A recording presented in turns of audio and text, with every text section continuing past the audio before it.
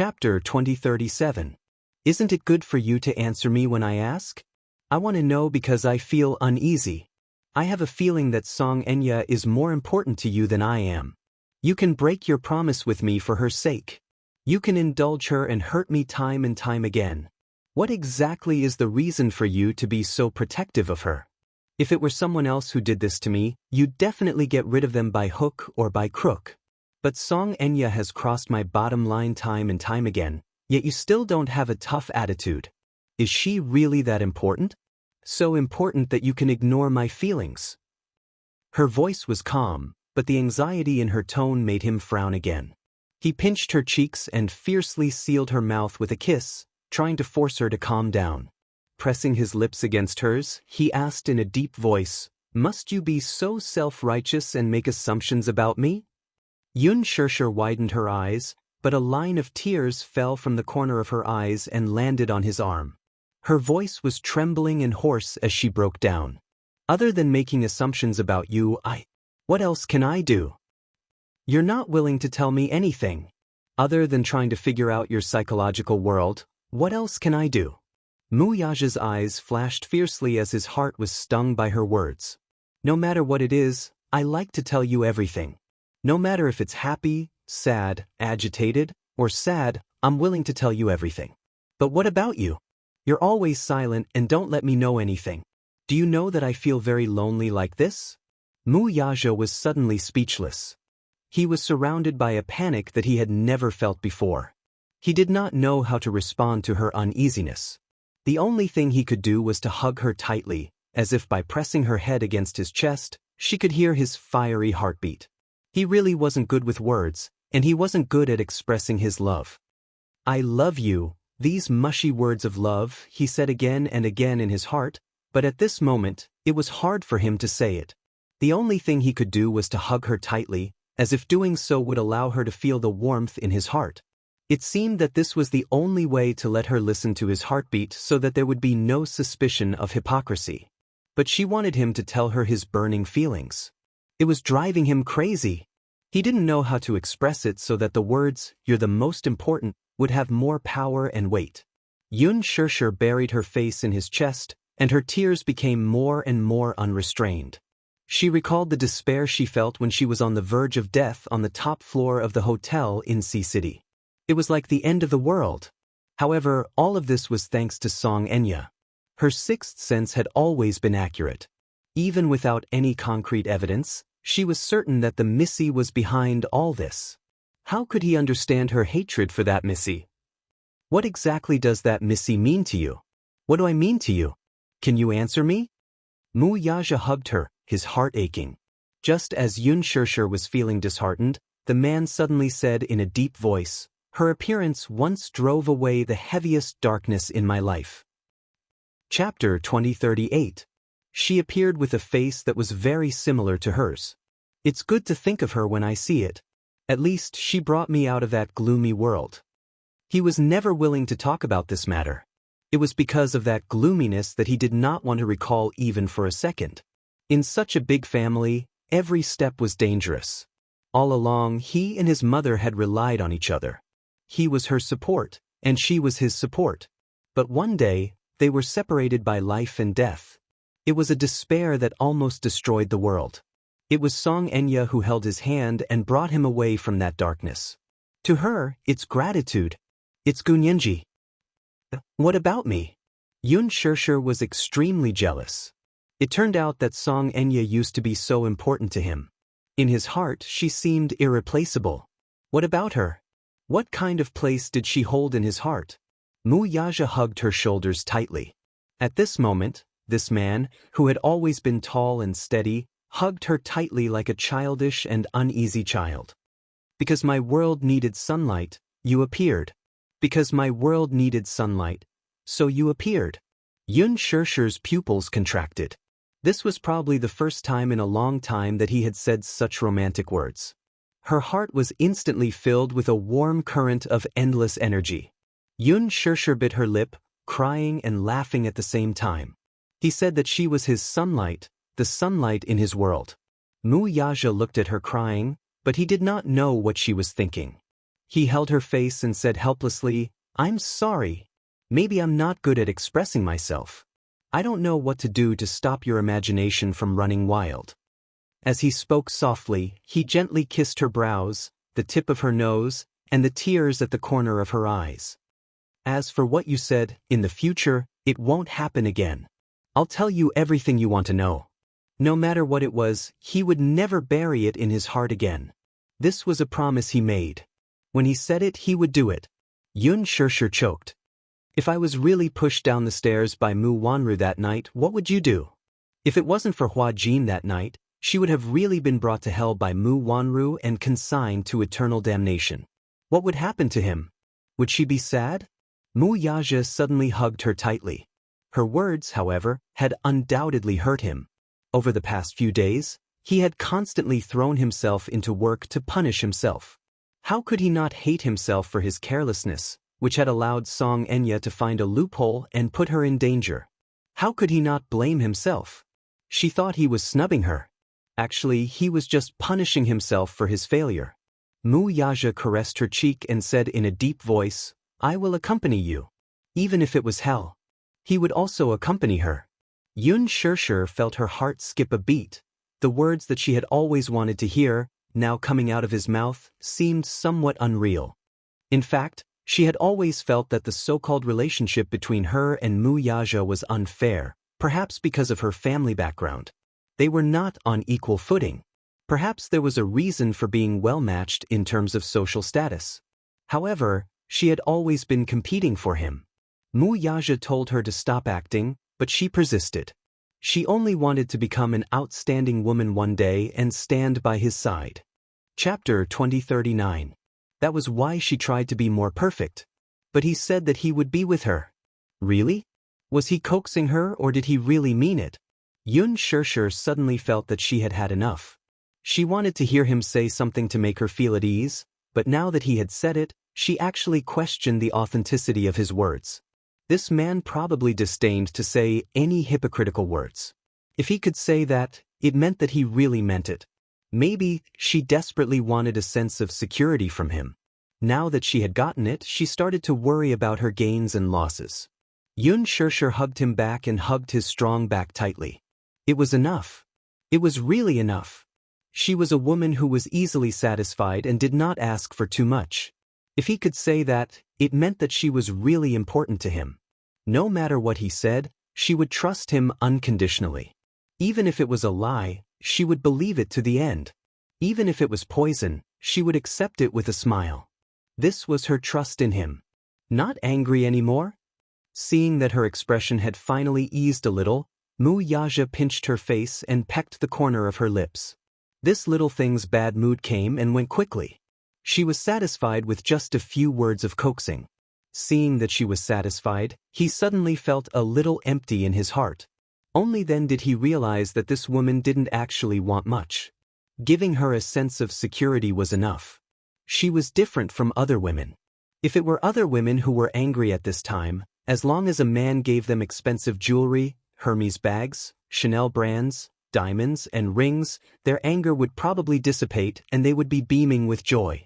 But what she wanted was just a sentence of affirmation, a promise, a sentence of, "You are very important," and her heart would bloom. He helplessly realized that what she wanted was so insignificant, but he had not done well enough. His heart felt like it was being stabbed. It would not happen again. It really would not happen again. He would not let her be in danger again, he would not let her be neglected, and he would not let her make wild guesses. Mu Yaja hugged her, his heart full of guilt. These few days he had been thinking about her thoughts, but in the end he realized that what she wanted was so simple.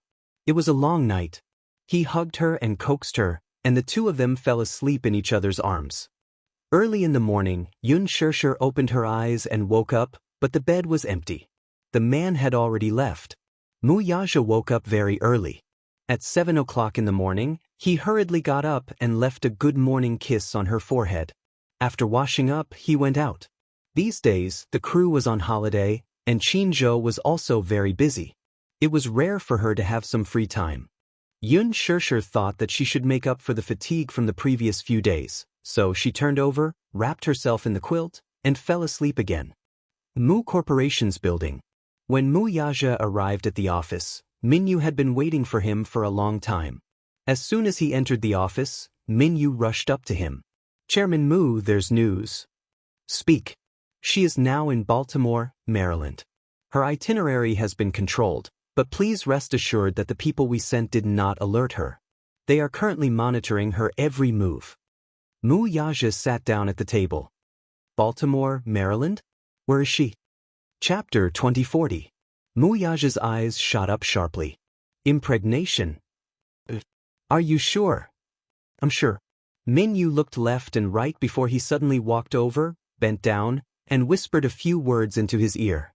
Mu Yaja's face turned colder, and his eyes emitted a heart-palpitating chill. Minyu stood up and observed his expression in fear. Mu Yaja sneered. "She's crazy." She had undoubtedly touched his reverse scale by doing this. Naive. She thought that her plan was foolproof because it was meticulous. Did she think that he was a decoration? How dare they try to pull such a stunt behind his back? So what if she succeeded? Did she expect him to admit it? What a joke. Since she insisted on planting such a seed of disaster, he did not mind accompanying her to the end. "We're also very surprised to hear this news." Mu Yaja said coldly, "We must not let her succeed." "Yes, I understand. I'll do as you say." "Does the Songs know about this?" "They probably don't. She hid it from everyone, including the Songs." "Ha!" Mu Yaja slammed the report on the table and leaned back in his chair. He closed his eyes to rest for a while before suddenly opening them with a sharp gaze. "Come here." Minyu immediately walked over and bowed respectfully. Mu Yaja whispered a few words into his ear before waving his hand. "Do as I say immediately." "Yes." Minyu nodded and hurriedly left the office. Mu Yaja picked up the report on the table with a cold gaze, his lips curling into a cold smile. Since she had done this, he did not mind eliminating the source of the problem. Baltimore, Maryland, United States. Johns Hopkins Hospital. Xianxia stood in front of the window and looked at the night view. The window reflected her pale face, which looked lifeless. On the third day of her arrival in the United States, she was arranged to stay in the hospital. She followed the doctor's instructions and tried her best to recuperate and wait for the best time to conceive.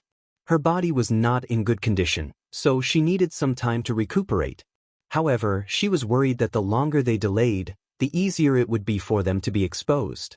She had to finish this before he did. She knew that this time, it was all or nothing. There was no room for failure. In fact, she already had a plan for this. She was just hesitating whether she should do it or not.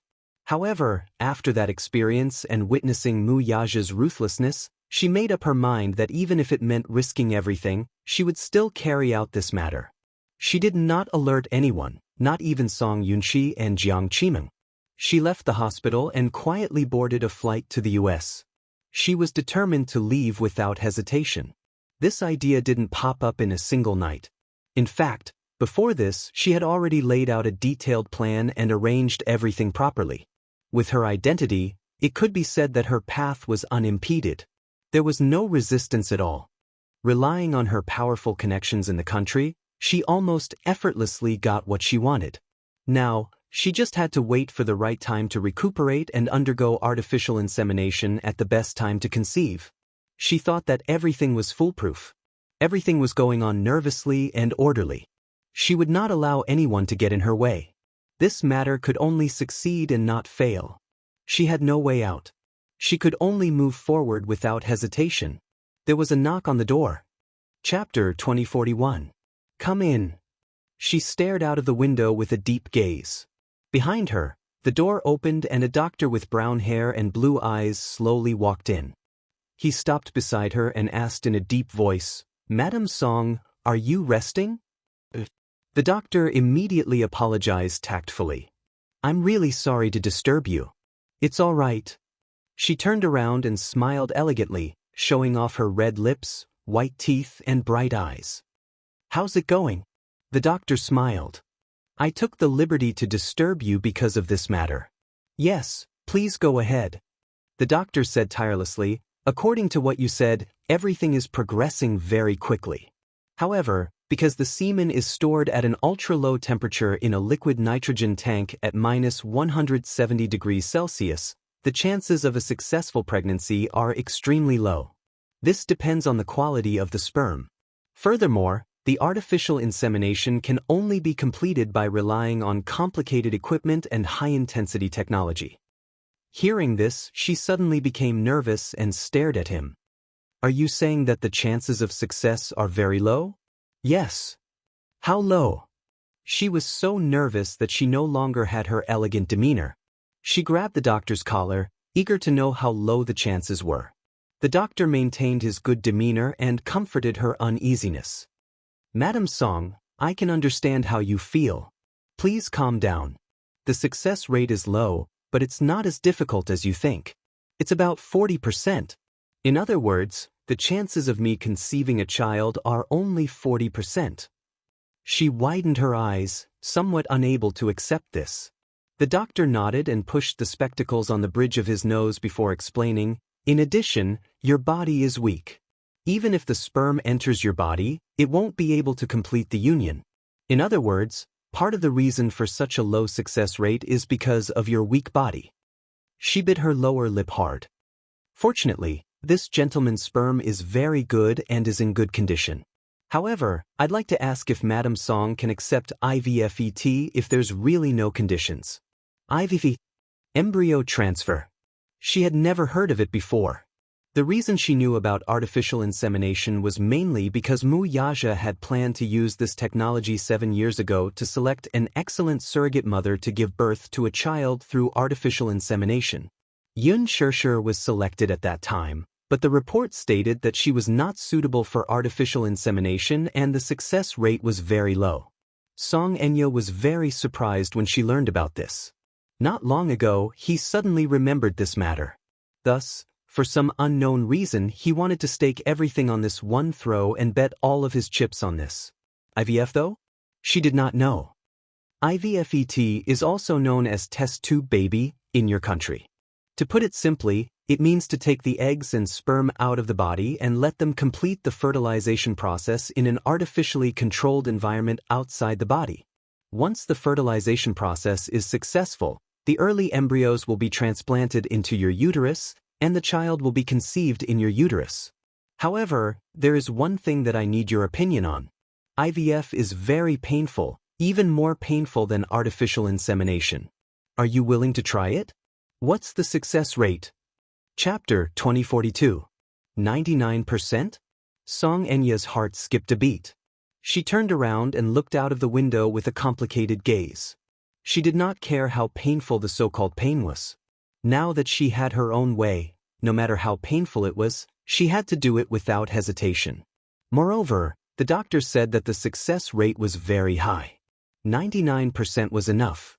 She turned around and asked, how long will IVF take? It'll take a certain amount of time. How long is a certain amount of time? She asked nervously. I don't have much time. It'll take at least half a month. Do it immediately. As soon as possible.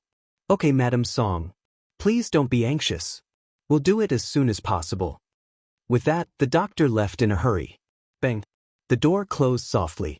Xianxia fell onto the sofa as if she had lost all her strength and looked blankly at the ceiling. She did not know how many connections and assets she had used to rush to America this time. She even secretly stole 8 figures from Song Yunxi's account behind the back of the Song family. 8 figures. The price of artificial insemination was much higher than she had imagined. That day, Wuxia's indifference made her feel disheartened. She knew very well that this man was disappointed in her. She had also forced herself to give up, to let go, to stop chasing after him. However, she suddenly realized that this man had unknowingly become her whole world. If she were to leave him, her world would instantly become dark and hopeless. What was frustrating was that even though she hated him a lot, she really could not leave him. Therefore, she took an unconventional approach and came up with this idea. She planned to use artificial insemination to secretly get pregnant with his child behind his back. She thought that Xianxia had made use of the child to gain his favor, so why should she not use such a method too? The status of a mother in a wealthy family always depended on her child. With Xianxia's status, she was not worthy of it. However, she was worthy of the Mu family.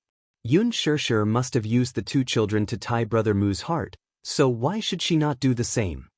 If she was pregnant with Brother Mu's child, he would definitely not blame her or abandon her. The child would become a deep bond between them. Even if Brother Mu was cruel and resolute, she would have a child with him. Even if she did not have Brother Mu, she would still have spiritual sustenance. Moreover, no matter how ruthless he would never ignore her. Brother Mu might not care about his own flesh and blood, but the Mu family should, right?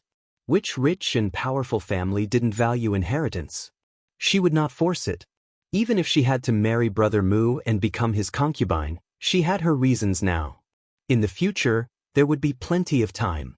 She didn't believe that she couldn't beat Xianxia. At this thought, she clenched her fists so tightly that her sharp nails dug into her palms.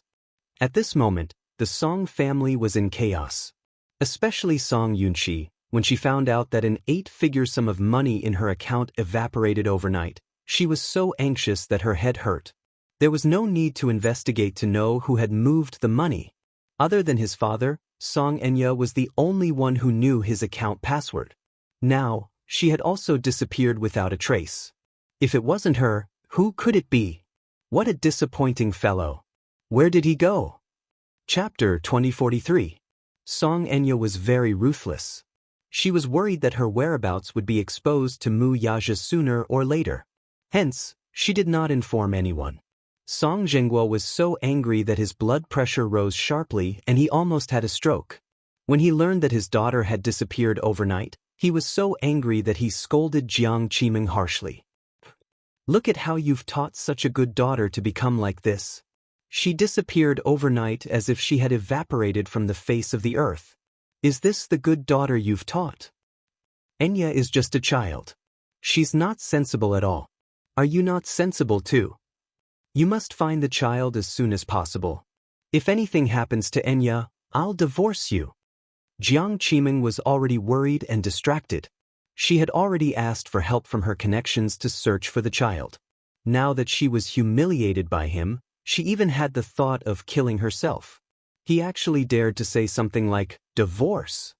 Besides, was she really the only one responsible for Song Enya's current state? In the entire Song family, he was clearly the one who doted on his daughter the most. He took a large part of the responsibility for Enya's current state. When Enya was disobedient when they were young, she would be yelled at by him when she wanted to educate her properly. Jiang Qiming felt aggrieved and helpless as tears rolled down her cheeks. She was helpless and helpless. Divorce was impossible. If he wanted her to divorce, she might as well die. If word got out that she wanted a divorce at this age, wouldn't she become a laughingstock? At the very least, she would die a glorious death with the title of the mayor's wife. Jiang Qiming also felt extremely disheartened. All these years, she had suffered many grievances in this family, but she had no one to complain to. Although she was the madam of the Song family and the mayor's wife in name, she was well respected and had a status. When she entered and exited the upper class, she received polite and attentive gazes. This indeed satisfied her vanity to a large extent. But in reality, how could she have any status in such a big family? She was the eldest madam. On the surface, it sounded nice. In such a patriarchal family, how could she have the right to interrupt? Putting aside the days of fear and trepidation, as well as the colorful flags that Song Zhenguo would fly outside behind her back, as the legal wife, she could only turn a blind eye to it. But if she were to talk about the mistreatment she suffered at home, not to mention her husband, even Song Yunxi, a young child, was spoiled and arrogant. She did not even respect her mother. It was really very sullen. Now that Song Enya was missing, she was blaming her for it. She simply could not bring herself to say anything. Song Yunxi sat at the side and didn't say anything. Song Yunxi hid in her brother's arms in fear and didn't dare to make a sound. She only knew that her sister was missing, but she didn't know where she had gone. From beginning to end, Song Yunxi did not mention the transfer of assets in the account. He didn't dare to mention it. If his father knew about this, he would definitely fly into a thunderous rage and vent his anger on him. Song Yunxi only wanted to find Song Enya's whereabouts as soon as possible. As for these assets, he always suspected that Song Enya must have a need for them. As for what she wanted to do, he still did not know. Song Yunxi was afraid that she would cause an earth-shattering commotion, so he had already sent more people to search for her. Chapter 2044. There's an acquisition proposal tomorrow, and we need to start an international video conference. Got it, boss?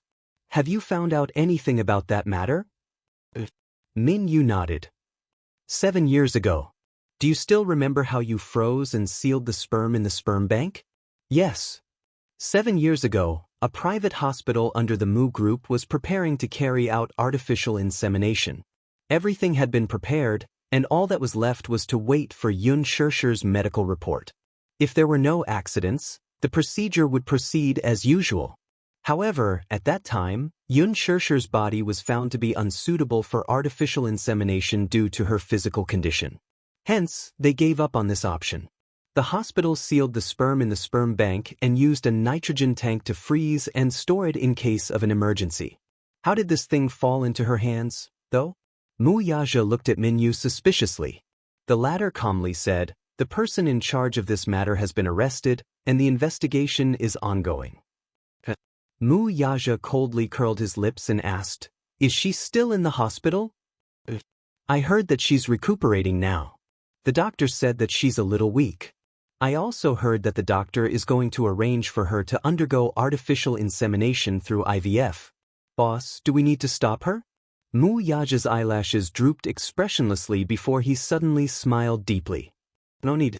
The assistant was stunned. "Boss, you mean," Mu Yaja faintly said, "since she's so desperate to have a child, why don't we let her get what she wants? Did she think that she could marry into the Mu family because of her son's status?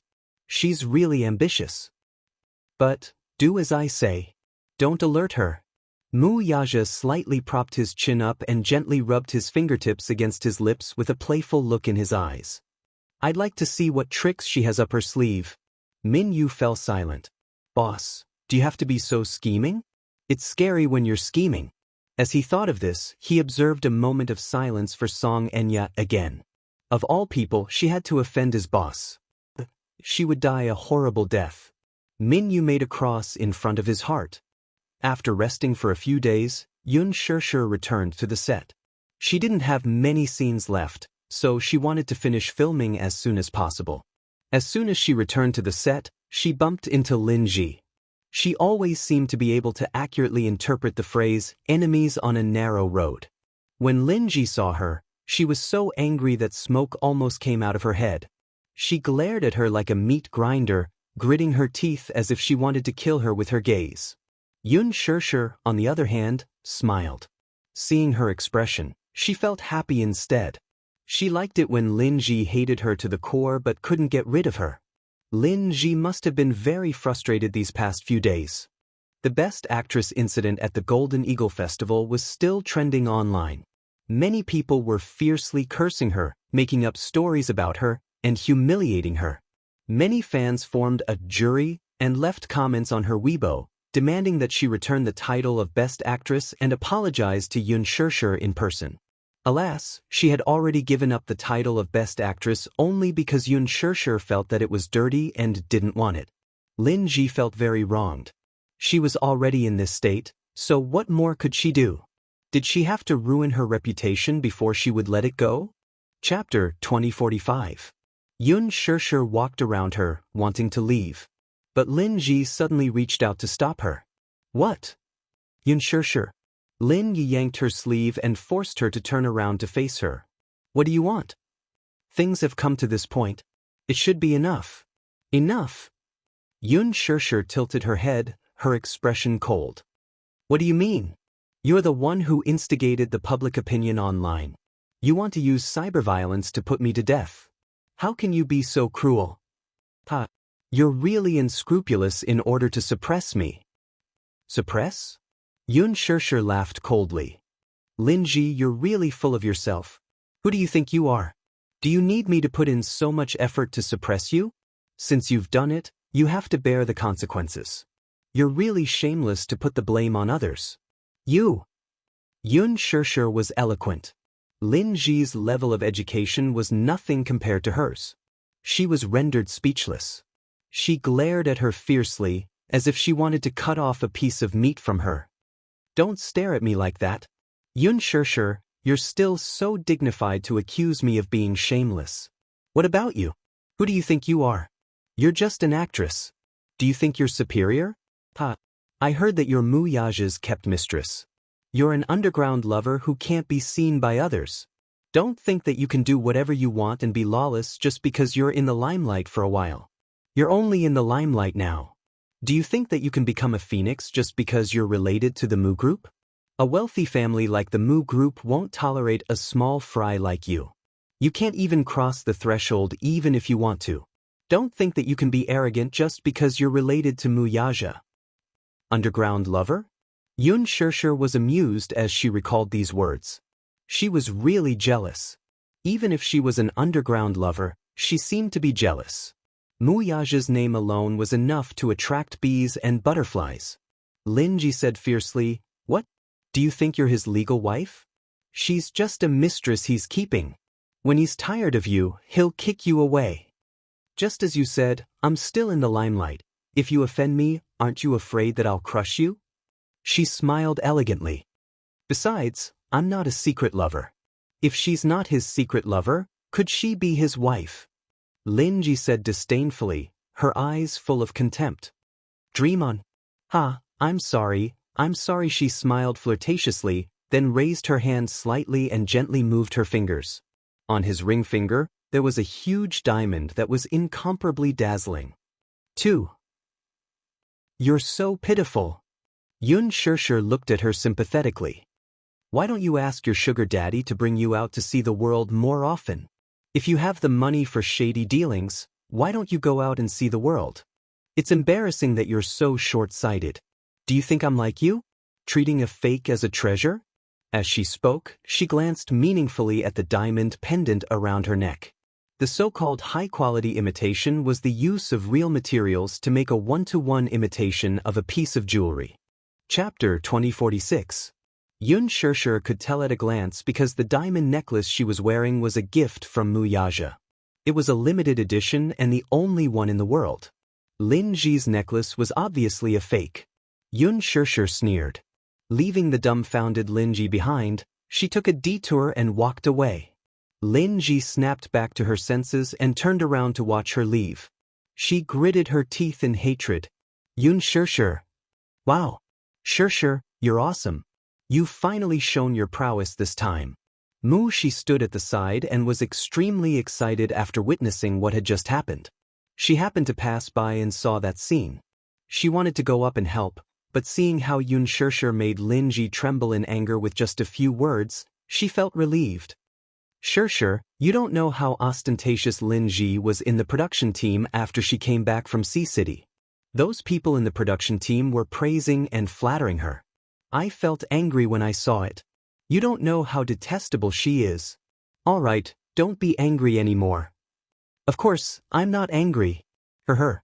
The second day after she came back, Huan Yu dealt with her. She's now a laughingstock in the production team. On the surface, they seem to be respectful, but who knows how they're laughing at her behind her back. You see, the moment you came back, she came looking for you aggressively. In the end, you gave her the cold shoulder. I think she's about to go crazy from anger. Ha! Mu Shi was elated. When dealing with people like Lin Ji, there was no need to be polite or give face.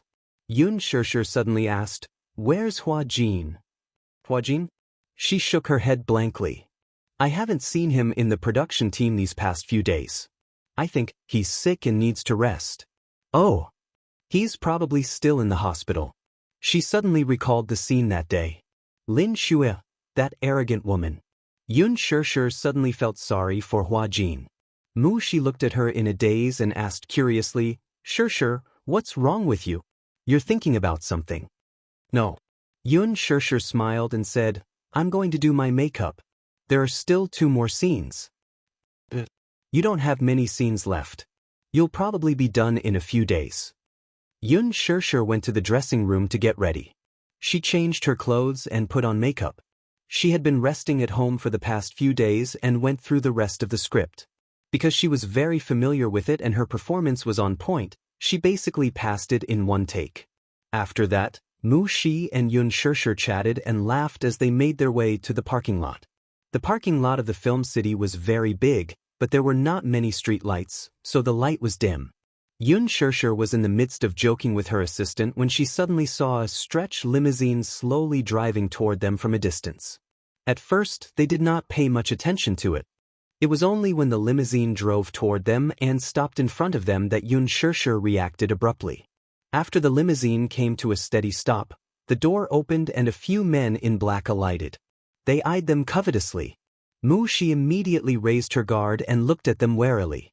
She asked coldly, "Why are you stopping the car here? Or you?" Yun Shirshir. A woman's cold voice came from the limousine. Yun Shirshir looked in the direction of the voice and saw an elegantly dressed woman alighting from the car with the help of someone. She recognized the woman in front of her at a glance. Mu Shumin. Chapter 2047. Hee. How have you been? Mu Shumin sneered and took a few steps toward her.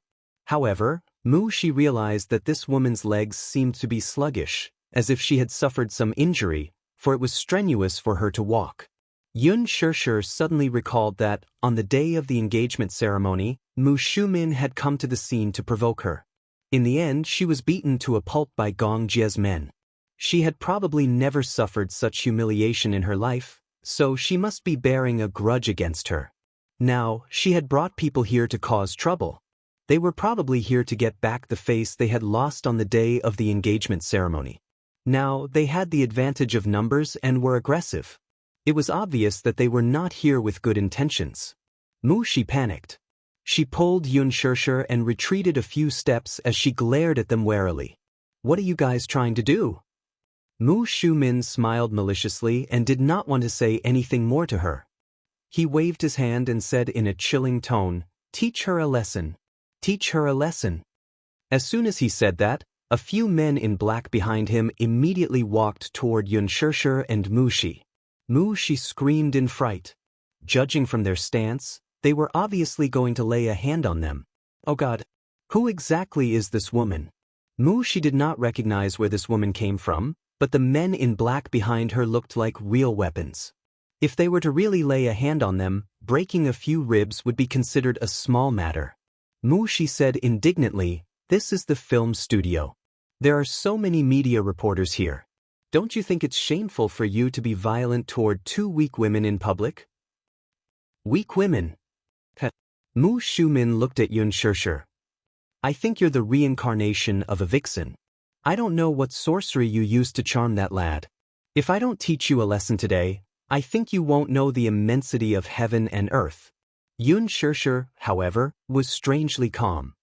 "Are you here to teach me a lesson? Does Mu Yaja know about this?" "Shut up. Don't use that B** starred to pressure me. In terms of seniority, I'm his elder. Do you think I have to care about that lad's face when I teach a B** teach a lesson?" Yun Shirshir said, "You can't say that. What have I done to offend you that you have to make things difficult for me?" Knowing that she was stalling for time, Mu Shumin waved his hand and gave his order. "You have a sharp tongue." As soon as the order was given, a group of men in black walked towards them. These were Mu Shumin's personal bodyguards, and each of them was an elite. Naturally, their attacks were thunderous. Yun Shirshir only felt a gust of wind sweep past her. Unknowingly, a fully armed man appeared beside her and shielded her with his hands, blocking that aggressive slap. Mu Shumin was stunned. The night was too dark for her to see clearly where this man came from. His skills were swift and fierce, but judging from his posture, he was well-trained and seemed to be a special mercenary. Chapter 2048. Mu Shumin was frightened by the sudden appearance of several well-trained bodyguards. She was so shocked that she took a few steps back and cried out in panic. A few of the bodyguards at the side reached out and shielded her behind them. She only calmed down a little because there were people protecting her. She snorted coldly. She recognized at a glance who these black-clothed bodyguards who suddenly rushed out were. Wuxia had a team of well-trained bodyguards. These bodyguards were mostly made up of outstanding mercenaries. Among them, there were even some outstanding ones who were soldiers who had retired from the battlefront. They were all warriors who had walked out from under the muzzle of a gun. They had experienced all kinds of cruel battlefields, big and small. They were brave and resourceful. Some of them even had military ranks and were born heroes. Looking at the entire Mu family, probably only someone with a status like Wuxia could control such a powerful team. Mu Shumin guessed that these people were probably sent by Wuxia to protect Xianxia. She was immediately furious. Could it be that this brat had really been bewitched by a ghost? When she asked him for a few bodyguards, Wuxia did not even agree. Now, he actually sent these people to protect this lowly woman. It was really infuriating. In just a few minutes, it was obvious who had the upper hand. Although Mu Shumin's bodyguards were all well-trained, they were still no match for these bloodthirsty warriors. They were quickly defeated. After a few punches, they were beaten to a pulp and were looking for their teeth on the ground. These guys were even considered to be merciful and did not use their full strength. Mu Shumin could not hold it in anymore. Her face turned ashen and her face turned pale. She immediately shouted angrily, "How dare you? How dare you do that? Do you know who I am? How dare you touch my people?" However, no one paid any attention to her stern questioning. Mu Shumin could not take it anymore. She cursed hysterically, "Are you crazy? Don't you have eyes? I told you to stop. Didn't you hear me?" Just as she finished speaking, one of her most valued bodyguards was sent flying with a kick. He fell beside her and was kicked in the ribs. He rolled on the ground in pain. The other party was tall and strong, with an average height of 188 centimeters. Coupled with the hard leather shoes on their feet, such a strong force was bound to break a few ribs. Mu Shumin did not expect such a turn of events and screamed in shock. "How dare you? Are you all crazy? Are you guys crazy? I'm Yaja's aunt. All of you stop." Mu Shi, who was standing beside Xianxia, was shocked by her words. Because she was not. Xianxia had Wuxia's support, but she did not have a big shot to take care of her. How could she dare to offend her? She could not afford to offend her. A man in black from the other party stared at her with a sharp gaze. A cold glint flashed across his eyes. He was unusually fierce, like a beast eyeing its prey. His aura was terrifying. Mu Shumin was so frightened that she retreated to the side of the car. She trembled in fear from the man's terrifying aura. Chapter 2049. Although his attitude was still respectful, the meaning of his words was already very clear. Mu Shumin's face turned pale as she glared hatefully at Xianxia, who was standing behind him to protect her. She only saw the latter standing expressionlessly at the same spot and looking at her calmly. This only made her feel even more resentful. When she heard what he said, she gritted her teeth. This brat's soul had been stolen by this woman. She was his elder. For the sake of a despicable woman, he dared to go against her and beat up her men. She was furious. However, now that the other party's men were all present, she knew very well that, at least for today, she would not be able to do anything to Xianxia. Ever since the incident at the engagement ceremony, she had been recuperating for almost a month.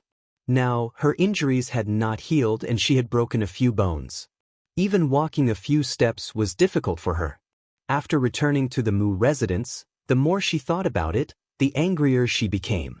Hence, she was determined to teach this arrogant woman a lesson. Mu Shumin had mentioned this to Mu Linfeng, but Mu Linfeng had chastised her. "Are you crazy? Don't you know Xianxia's identity? Her younger brother is the chief commander of Hurricane Group, Gongjia. Do you know the family behind Hurricane Group? That's the Gong family. If you want to go against her, you're going against the Gong family. If you do anything to Xianxia, the Gong family will not sit back and do nothing." The Gong family? Mu Shumin clearly knew very little about Gongjia. Mu Linfeng sneered. "If you'd put in more effort, you wouldn't have been led by the nose by that brat." Mu Shumin was indignant. The engagement ceremony was an accident.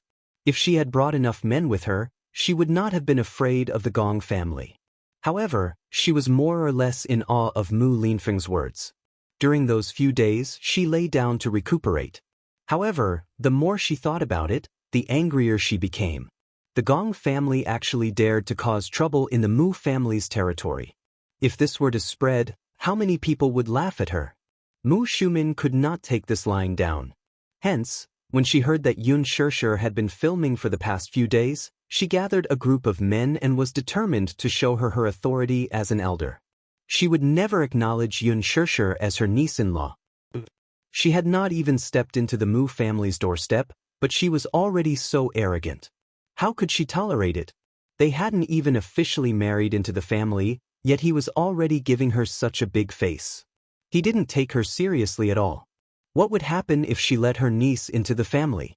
She could not make any decisions on Mu Yaja's side.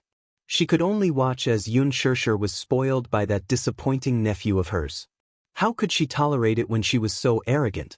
However, at this moment, she was once again rebuffed.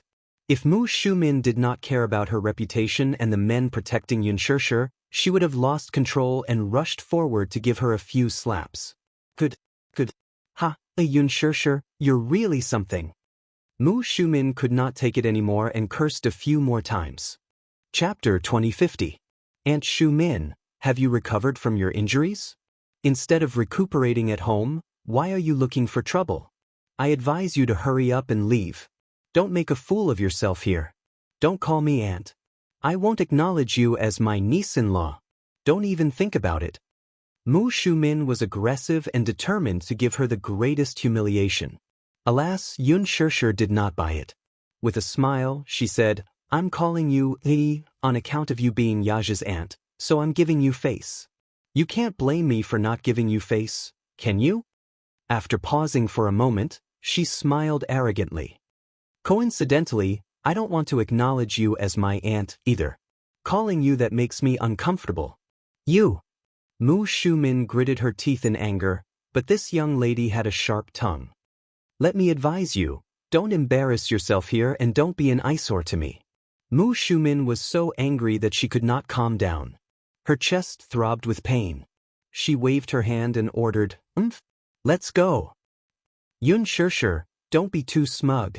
Don't think that you can do whatever you want just because you have that rascal protecting you. I'm warning you, the Mu family is not a place where you can step into as you wish. With me around, don't think that day will come. With that, Mu Shumin got into the car angrily. The car started and sped off. Yun Shirshir sneered as she watched the car leave. After it was far away, the smile on her face froze and her breathing became uneven. Mu Shumin was so angry that she almost had a heart attack. How could she not be angry? This was not the first time she was scolded, but this time, she endured it. Yun Shirshir turned around and smiled gratefully at the bodyguard beside her. Thank you. You're welcome. It's Chairman Mu's orders to protect you. We're just following orders. Still, I have to express my gratitude. Yun Shirshir smiled and asked, where did you guys come from? Chairman Mu told us not to disturb you, so we have been secretly protecting you. Ever since she returned to the capital, they had been assigned to her side to silently protect her. They were all elites dispatched by Mu Yaja, so Yun Shirshir did not even notice their existence after so long. Yun Shirshir broke into a cold sweat, but she felt a trace of warmth in her heart. It turned out that this man had always sent people to protect her, but he had never mentioned anything about it. He had always been like this, always remaining calm and collected. He only did things silently without saying anything. Mu Shi, on the other hand, was so envious that she whispered, Shirshir, I'm so envious of you. Mu dotes on you so much. I didn't even know that he sent so many bodyguards to protect you. Just now, it really scared me. With so many people, I thought we were going to be in trouble. Our ribs would definitely be broken by those people sent by that old woman. Old woman, Yun Shirshir smiled. Now that she's gone, you know how to be fierce with your mouth? I can't help it. I'm just a small figure, like an ant. I don't dare to be so loud in front of that big shot. I'll definitely be crushed to death by her finger. Mu Shi pouted aggrievedly. If I had Chairman Mu's protection like you, I'd definitely be like a crab and walk sideways. Crab? What kind of adjective was that? Yun Shirshir did not know whether to laugh or cry. Enough. Don't sulk. It's getting late. Let's go back. Chapter 2051. When Mu Shumin returned to the Mu residence, she coincidentally bumped into Mu Yanqing, who was visiting old Master Mu. In the living room, she was sitting on the sofa with a livid expression. She was so angry that she swept the tea set on the coffee table to the floor. Rip! The teacup shattered, and tea splattered everywhere. Mu Yanqing had just come downstairs when he saw her flushed with anger. He could not help feeling puzzled. "Andy, what's wrong? Who was the one who made you suffer so much? Who else could it be? Isn't it that B***Tsich?" She was so furious that she did not choose her words carefully. When Mu Yanqing heard this, he quietly scanned his surroundings. The servants at the side immediately retreated with their heads down. When only Mu Yanqing and Mu Shumin were left in the spacious living room, Mu Yanqing sat down beside her and gently caressed her back as he coaxed, "Auntie, don't be angry anymore. Tell me what's wrong, Auntie? What's the use of telling you? Can you stand up for me? Can you help me teach her a lesson? You can't even beat that rascal Yaja, so what's there to talk about?" Mu Shumin hated him for being a disappointment. Now that she was in a fit of anger, it was inevitable that her tone would be unpleasant when she spoke to Mu Yanqing. Her words were as if they were poisoned. Mu Yanqing's face alternated between green and white at her words, but he could not refute her. Expressionlessly, he took a deep breath, clenched his fists, and gritted his teeth to suppress his grievances. "If I want to fight with second brother, I need to have the right to do so. Now that second brother is the head of the Mu family, he has a high position and authority. How can I compare to him?" Mu Shumin was so angry that she could not speak. After a long while, she took a deep breath and said calmly, "Today, I went to look for that woman." Mu Yanqing looked at her. "Why did you look for her? As her elder, I should show her who's boss. But guess what? Your second brother sent a group of people to protect her in secret and beat up my men until their faces were swollen." The more he spoke, the angrier he became. "Auntie, don't be angry. Why do you care about that bitch? Don't lower yourself to her level. What are you doing? Now that she's relying on your second brother's protection, she's almost riding on my head. How can I not be angry? She doesn't put me in her eyes at all. She deserves to die 1,000 times over." Mu Yanqing smiled with a sinister look in his eyes, as if he was scheming something. He rolled his eyes and gently covered the back of Mu Shumin's hand. He suddenly said, "Aunt, look at second brother. Ever since he became the Mujia's lord, his temper has become more and more arrogant. This was not a good sign. As the Mujia's lord, he should take care of the family's righteousness. But look at him, second brother. For a woman, he made the whole Mujia into a mess. All the elders in the family had opinions about him. With how he handled things, how could they be assured to hand over the position of lord to him? I really don't understand why Grandpa insisted on giving him the position. In my opinion, second brother is really too disappointing." Mu Yanqing had long coveted the position of lord of the Mu family. Among the younger generation, Mu Yaja was the leader. Whether it was in terms of ability or talent in business, at a young age, he had extraordinary courage and was quite a leader. Chapter 2052. Mu Yanqing, on the other hand, was different. Although he was not as good as Mu Yaja, the ambition in his bones was quite big. Since ancient times, no one could resist the charm of power.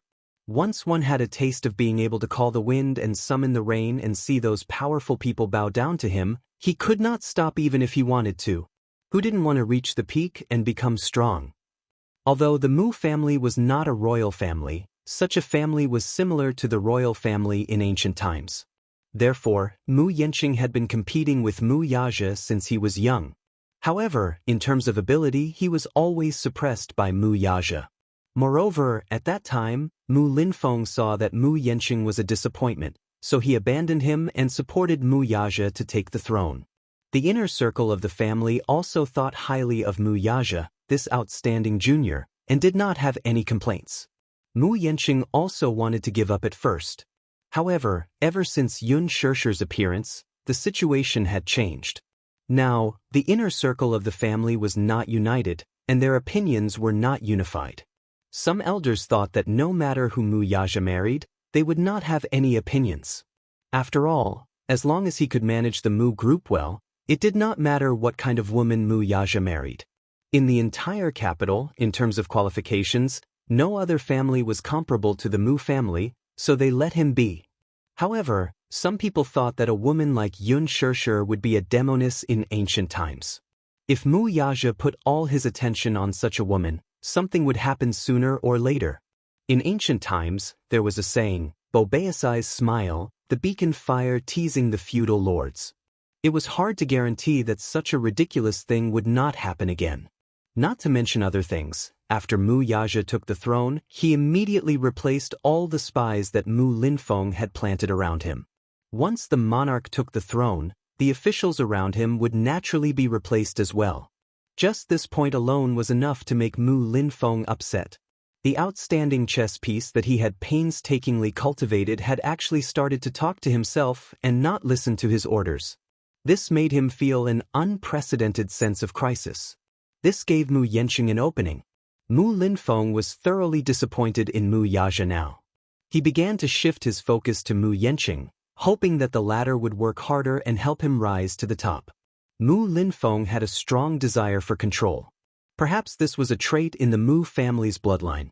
He wanted a family head who was obedient and sensible, no matter how capable he was. However, Mu Yaja's current actions caused him to feel deeply worried.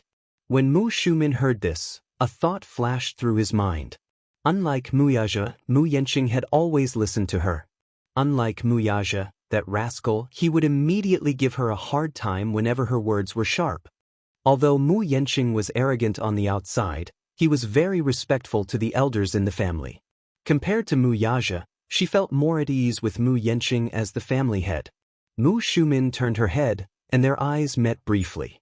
Suddenly, she said, "Aunt is thinking that compared to Mu Yaja, you might be more suitable to be the family head. Your second brother is definitely worrisome and extremely self-centered. After he became the family head, he didn't care about the family's feelings at all. He gets whatever he wants and is lawless. You must know that the Mu family is so big that he can't do whatever he wants." Mu Shumin spoke her mind. The grievances that she had been suppressing for so long were finally vented out regardless of the consequences. Chapter 2053. It seemed that his aunt's dissatisfaction with his second brother had reached its peak. To him, this was a once-in-a-lifetime opportunity. Why not take advantage of this opportunity to push Mu Yaja down from the position of the family head? He was laughing in his heart, but there was a hint of bitterness on his face. Suddenly, he frowned and sighed, "I also want to. It's not that I covet the little bit of power after becoming the family head. The main thing is that I'm really disappointed in my second brother. So what if the Mu family is powerful? If he marries a broken shoe into the family, who knows how many people will laugh at him? The Mu family's century-old reputation can't be ruined in his hands. If it were me, I would definitely obediently follow my second uncle's arrangements and marry someone of equal social status to win back the family's reputation." He had the intention to gain Mu Shumin's favor. When Mu Shumin heard this, she felt gratified. If Mu Yaja had the slightest bit of obedience from Mu Yanqing, she would not have to suffer so much. Before she could say anything, Mu Yanqing suddenly shook his head and said, "What a pity! I'm just a concubine's son, and my second brother is the legitimate son. It's only right for him to take that position, but what about me? Even if I'm hot-blooded, I can't compare to the noble blood flowing in his body. I think there's no hope for me." As he said this, Mu Yanqing lowered his head in loneliness, and his face was full of disappointment. When Mu Shumin heard this, she felt a little heartache. Immediately, she expressed her dissatisfaction. "What legitimate son or concubine's son? We're all of the Mu family's blood, so isn't it the same no matter who becomes the family head? Don't belittle yourself too much." "I'm not belittling myself, but what did those elders say at that time? They said that my second brother's ability is extraordinary, and he's the legitimate son. Since ancient times, whether it's the royal family or a big family, it's always the legitimate son who inherits the family. What about me? It's a pity that I don't have my second brother's fortune. Sigh. She let out a long sigh, which made Mu Shumin feel very uncomfortable. And you, second brother doesn't even put you and second uncle in his eyes. Not only did he replace all of your people with his own people, in this Mu group, how many words can you and second uncle say now? They didn't even look at the shareholders' proposal and directly rejected it. They didn't give them any face at all.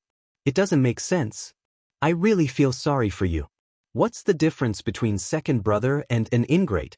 As he said that, he slammed his fist on the coffee table. Bang. He sounded indignant. Preposterous. The more Mu Yenqing added fuel to the fire, the more indignant Mu Shumin felt. It would have been better if he had not said that. Now that he mentioned this matter, Mu Shumin was so angry that he could not control himself. Your second uncle and I are to blame for being blind back then. I actually thought he was the most suitable candidate for the position of patriarch. It's all my fault. It's my fault. Mu Yenqing sneered and said, let's wait and see.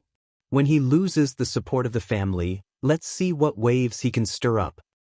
Yenqing, you have to work harder. I'll discuss it with your second uncle later and see if we can support you to become the patriarch. Mu Shumin said so. Mu Yenqing was overjoyed. He was pleasantly surprised that Mu Shumin could say such words. What he wanted was Mu Shumin's words. These words were more reassuring than 10 pills of reassurance. Mu Shumin should not be underestimated.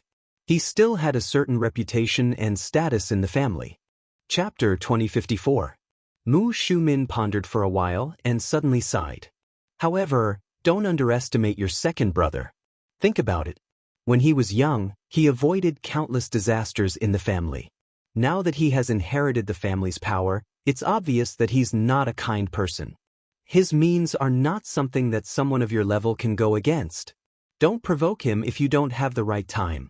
Now, your second uncle and I are more or less afraid of him, so don't mess around. Mu Yenqing nodded. Auntie, you know that I don't like to stir up trouble. What you need to do now is to become stronger than him. Your second uncle and I will start by persuading a few elders in the family. Yenqing, if you do well, your second uncle and I will definitely lend you a helping hand. Mu Yenqing was overjoyed. However, even though he was overjoyed, he still maintained a calm and collected expression. Yenqing really doesn't deserve Auntie's high regard. However, Yenqing will not let Auntie down and will definitely work hard. If I have the chance to inherit the family's power, I will definitely do my best and make the Mu family stronger. Yenqing, I'm very pleased to hear your words. Mu Shumin smiled, but he also had other thoughts in his heart. What she wanted now was an obedient puppet. She was still hoping to leave the position of the head of the family to her son. Mu Yenqing was sensible and obedient. When the time came when he abdicated, there would definitely be a chance. The two of them remained silent, but each had their own ulterior motives. After half a week of rushing filming, Yun Shishir's scenes were successfully completed by the weekend. On the day of the completion of filming, Hua Jin returned to the capital from Sea City and returned to the set. Yun Shishir's scenes were completed, and the script was more than halfway done. Gu Xiaoyang was in a good mood, so he specially ordered a huge cake to be prepared. That night, he magnanimously booked a large private room in the hotel to celebrate it. Yun Shishir saw that Hua Jin had returned to the set. The stitches on his wound had been removed, and he was just like before. He still had that arrogant attitude, as if nothing had changed. The only thing that had changed was that he seemed to be a little colder towards her than before. When he saw her, he nodded slightly and smiled. He didn't talk much. He didn't mention anything about what had happened in the past few days. She originally wanted to show her concern for Lin Shuya, but seeing Hua Jin's distant and indifferent attitude, she dismissed the idea. She had changed a lot. He was still indifferent to others. Could it be that he was wary of Lin Shuya, so he kept a distance from her? Yun Shishir was upset. She wholeheartedly wanted to help Hua Jin break away from that circle and Lin Shuya's control.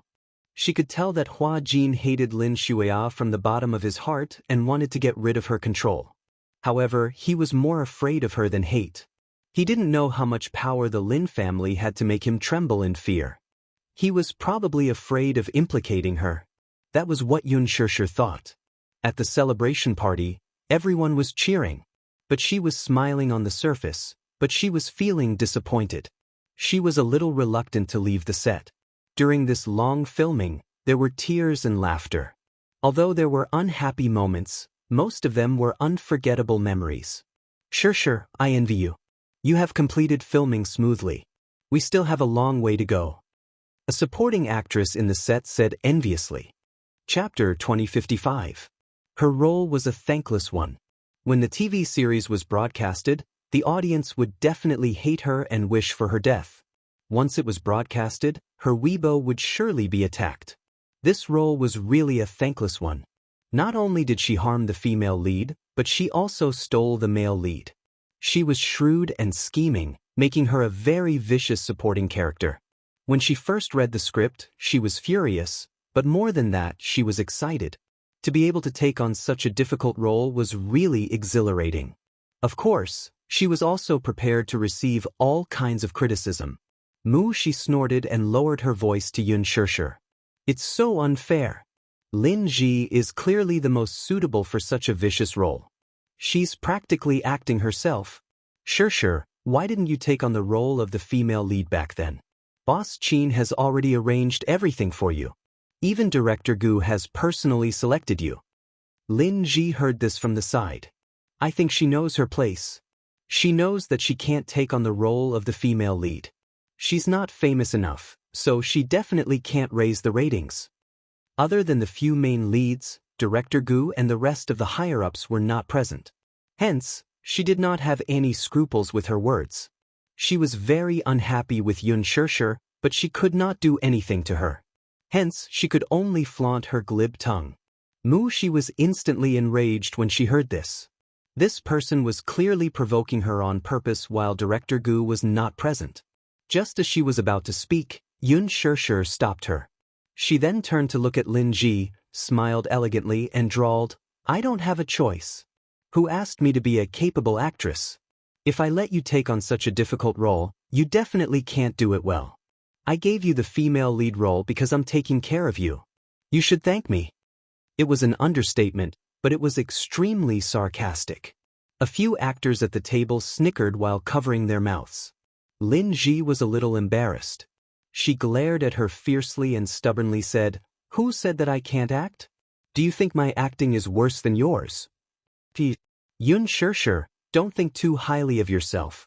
If word gets out, you'll become a laughingstock. What gives you the confidence to say that your acting skills are better than mine? Hua Jin frowned impatiently but did not say anything in the end. When Yun Shirshir heard this, she said something vicious. I don't think so. I don't have the right to say that in front of an actress who even had to resort to underhanded means. Lin Ji's face was livid as she was rebuffed. Yun Shirshir's words didn't care about her feelings at all and humiliated her to the core. In front of everyone's eyes, she peeled off her face until there was nothing left. Everyone covered their faces and snickered. This scene was really too satisfying. They didn't dare to argue with Lin Ji. Hence, many of them in the crew quietly accepted Lin Ji's words but didn't dare to say anything to her face. But Yun Shirshir's words helped them vent their anger. Lin Ji looked around and saw that everyone, be it the lead or the supporting cast, was secretly laughing at her. Their gazes were filled with contempt. She instantly felt like she was sitting on pins and needles. She felt that she had lost all her face. In the past, she didn't realize that Yun Shirshir was so sharp-tongued. She was probably picking on her soft spot to step on. Chapter 2056. Thus, Lin Ji endured the humiliation again and again. However, she also learned to be obedient and did not dare to provoke him again. Hua Jin glanced at her and then silently retracted his gaze. He casually picked up the teacup and took a sip. He frowned and spat it out on the plate. Yun Shirshir saw this and immediately asked with concern, Is it hot? Hua Jin shook his head, but his attitude was a little indifferent. Yun Shirshir's expression was a little cold. Lin Ji saw that Xianxia had finally put on a cold face and instantly sneered. Unexpectedly, as soon as she sneered, Hua Jin glared at her coldly. Almost in the next second, the slightly hot teacup in his hand was fiercely thrown at Lin Ji. Lin Ji was suddenly splashed all over. It was so hot that she screamed and immediately stood up. She hurriedly patted the tea off her body and shook her clothes while crying. Even though she was nimble, the skin under her clothes was still scalded red. Hua Jin violently threw the teacup on the floor. With a crack, the teacup broke into pieces. Everyone was frightened by his sudden anger and instantly fell silent. They did not dare to breathe loudly. Xianxia was also stunned. She did not expect the situation to develop like this. However, Hua Jin's expression was incomparably cold as he said coldly, "Don't show me that face." "Hua Jin," Lin Ji cried pitifully, "what are you trying to do? You want to disfigure me, don't you?" "Disfigure you?" Hua Jin laughed contemptuously. "If I wanted to, that cup of tea just now would not have just splashed on you." When Lin Ji heard this, she was so shocked that she broke out in a cold sweat. Hua Jin had been merciful just now, but only splashed on her body. If the angle was a little more extreme, it would have splashed on her face. Lin Ji was so angry that her whole body trembled. Fortunately, most of her winter clothes were thick. Even if she was scalded a little, it was not to the extent of blisters. If it had been summer, then her chest would have been ruined. In the future, no matter what event she attended, she would basically say goodbye to the sexy gown. However, being splashed with tea in public was a great humiliation. Lin Ji bit her lip, tears welling up in her eyes. She choked on her sobs. "But why are you doing this to me? What did she say wrong?" She didn't even say anything. All she did was unconsciously sneer. She was just watching a joke, yet she was treated like this. However, Hua Jin's lips curled into a mocking smile. His eyes were filled with flirtatious feelings. "No reason. I just don't like you." What did he mean by not being pleasing to the eye? He changed his appearance to protect Xianxia. On what basis? Why did she have so many people protecting and doting on her? Lin Ji was so angry that she was at a loss for words. She stomped her feet and her assistant immediately stepped forward to calm her down. She smiled and said, "Lin Ji, don't be rash. It's okay. Just change your clothes." Then the assistant whispered softly into her ear, "Don't lower yourself to Hua Jin's level. You can't win against him. I've taken a look. It's not a big deal. It's just a wet shirt. Just change." There's no need to have a direct confrontation with Hua Jin because of this. This person is not Xianxia. It's not good to offend him. Lin Ji also listened to her. She wiped the tears from the corners of her eyes, turned around, and followed the assistant to the bathroom. Chapter 2057. 10 minutes later, Lin Ji returned in a new set of clothes, but she did not look too good. Several producers, executives, and Director Gu arrived one after another. With these big shots holding the fort, Hua Jin restrained himself. He knew how to judge the situation, and so did Lin Ji.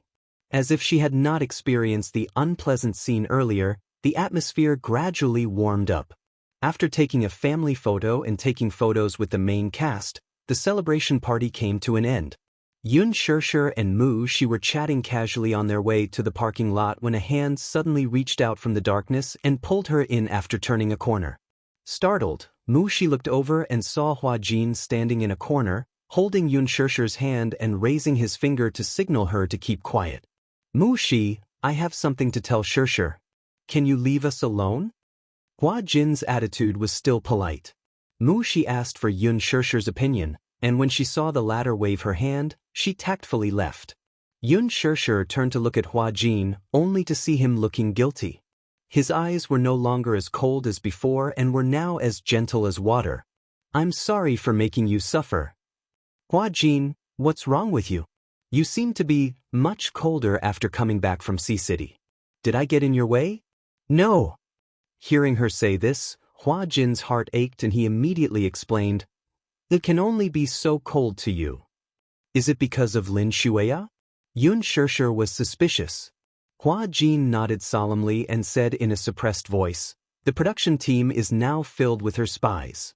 I can't be too close to you. If she finds out, it will bring you a lot of trouble."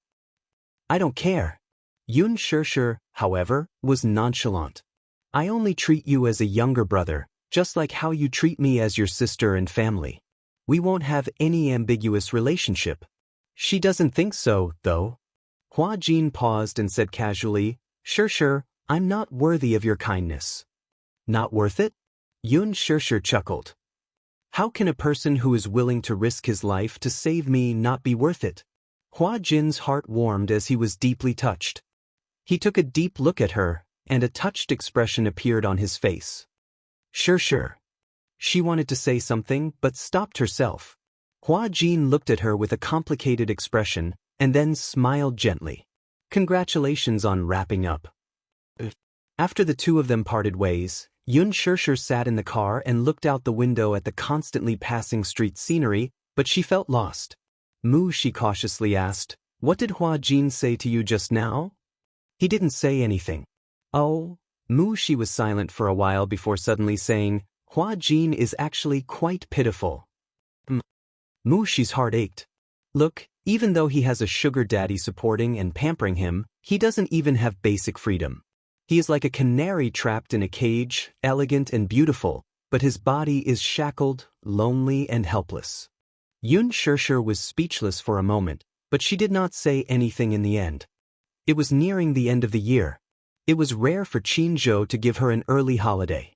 There was still more than half a month to the new year, but she was already prepared to rest. In fact, many gala organizers had sent invitations to Yun Shirshir. It was almost New Year's Day, and seeing how popular The Green Apple was, the organizers hoped that Yun Shirshir would go on stage to sing the theme song. Chapter 2058. She planned to spend the Lunar New Year with her family, especially the two little buns. She wanted to spend more time with them. Early in the morning, she was suddenly woken up by her phone. Yun Shirshir felt for her phone and answered the call. Gong Jie's charming and sexy voice sounded from the other end. "Sister, are you free today?" Yun Shirshir immediately woke up. "Shao Jie?" Yu realized that Gong Jie had been coming to China more frequently recently. In Hurricane Group, as the commander, Gong Jie was mainly responsible for all the affairs in the North American market. Therefore, he was very busy most of the time. Moreover, the war market was especially hot recently, and orders were increasing day by day. He spent most of his time on the road to negotiate. The so-called affairs he was responsible for were mostly discussing contracts, orders, and business deals. He wanted to sell the generals and munitions to those who needed them at a high price. The military factories under Hurricane Group were mainly located in remote areas. Some were in China, and some were overseas. The military factories in the North American market were mainly in the Americas. After signing the contract and receiving the deposit, Gong Jie led the mercenary team to the cargo ship and escorted it to the destination. This was his main character. Perhaps one day, he was sitting elegantly in the president's office, discussing affairs. The next day, he would fly to the war zone and send the generals and munitions to the battlefront under the rain of bullets. In the past, when he was free, he would go on a vacation. But now, it was different. When Gong Jie was free, he would fly back to China and pester Yun Shirshir for a date. Yun Shirshir was very curious about Gong Jie's position. She only knew that he had a company and property under his name, but he did not mention a word about what he did. After she went out, Gong Jie's car was parked at the entrance. He drove a Mercedes-Benz SUV in a low-key manner. The body of the SUV was bulletproof, and the windows were covered with black film. When the windows were closed, no one could see who was sitting inside. She still remembered the last time this guy drove a very flashy convertible sports car. Why was he so low-key this time? In fact, Gong Jie wanted to keep a low profile because he was worried that he would be targeted by his father's spies. After Yun Shirshir got into the car, she saw Gong Jie holding the steering wheel with one hand and looking at her from the side with a smile. Surprisingly, he wasn't wearing white today. He was wearing a black sweater, a pair of trousers, and a pair of black boots. It was rare to see him wearing black clothes and a pair of sunglasses. At first glance, he looked extremely handsome and cold.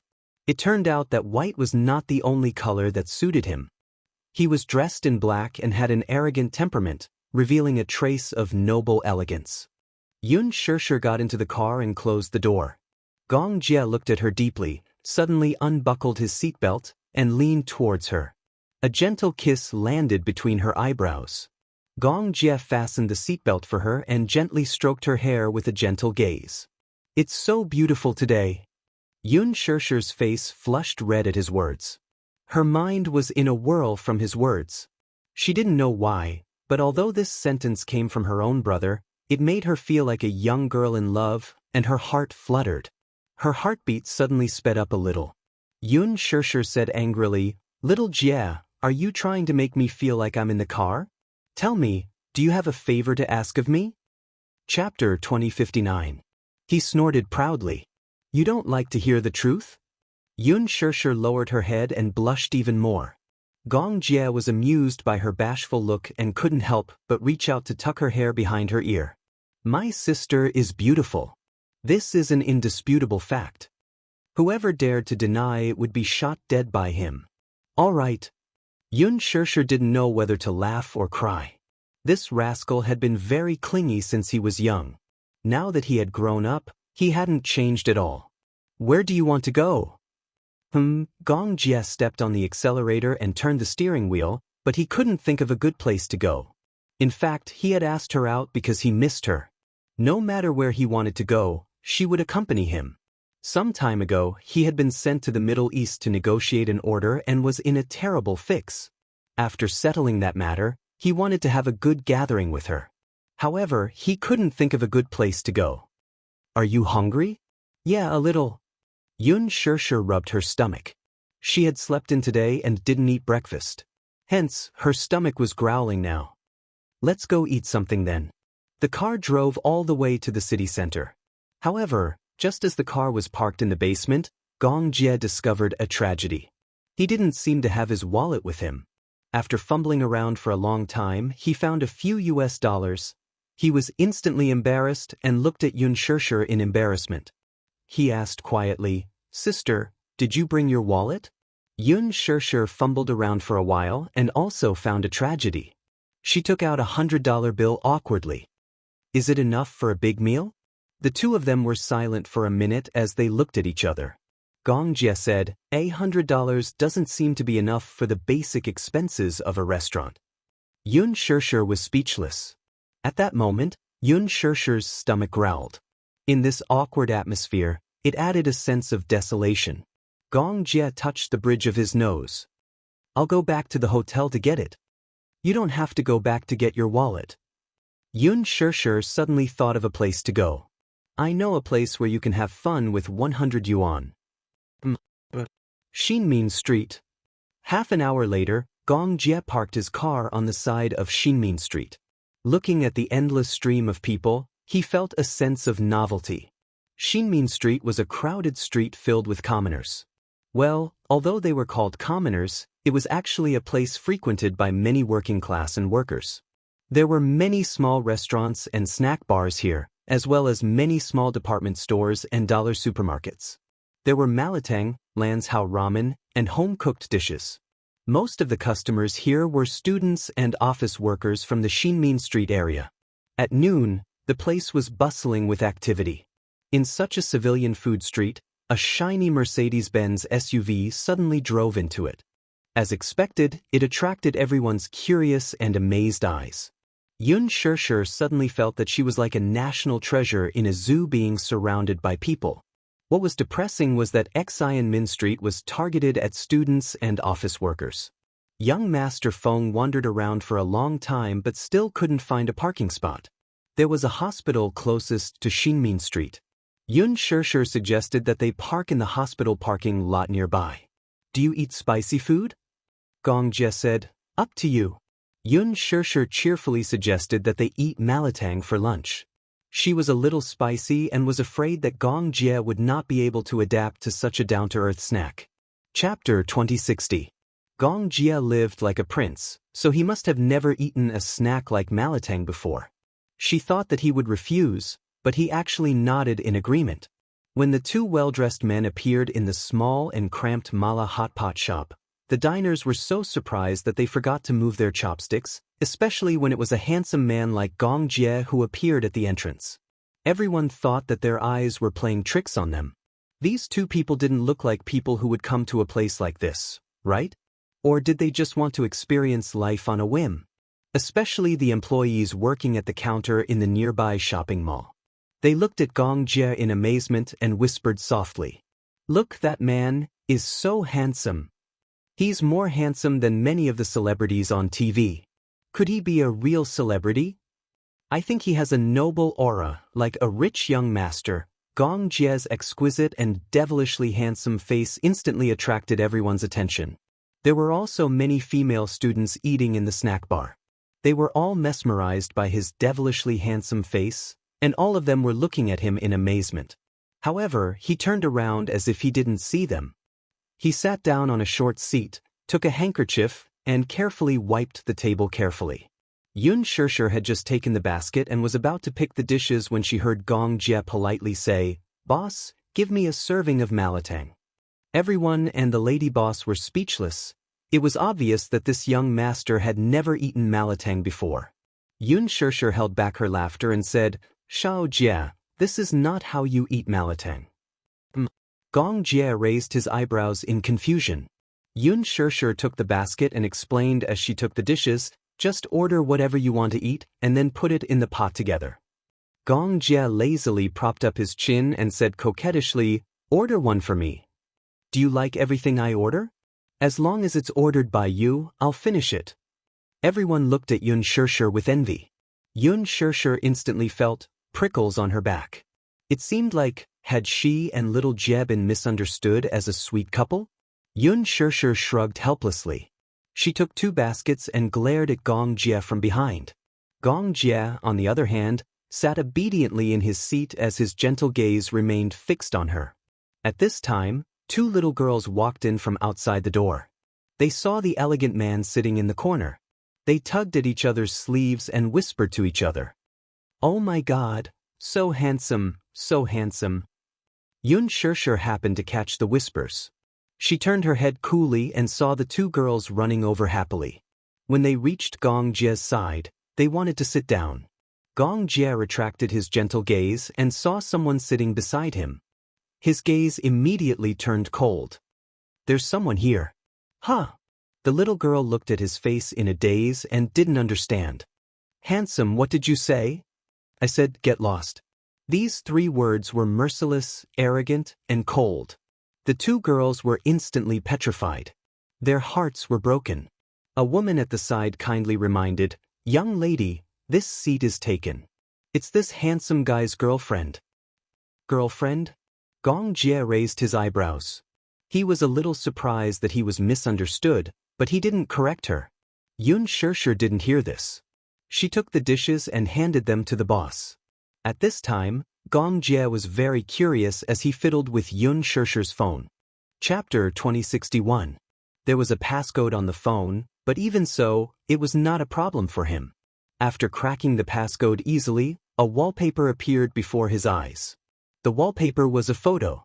In the photo, Xianxia and Yu's heads were leaning against each other as they smiled at the camera. Shao Yichen naughtily popped his head out to steal the spotlight. Gong Jie suddenly frowned. Selfie. Women seem to like to take selfies. Out of curiosity, he clicked on his selfie app, Facebook. The lens popped up, and his exquisite handsome face appeared on the screen. He curiously clicked on a decoration, and suddenly, a cat's nose grew on his face. A few wispy whiskers grew on his head, and two cute cat's ears grew on his head. His eyes were instantly enlarged by a circle.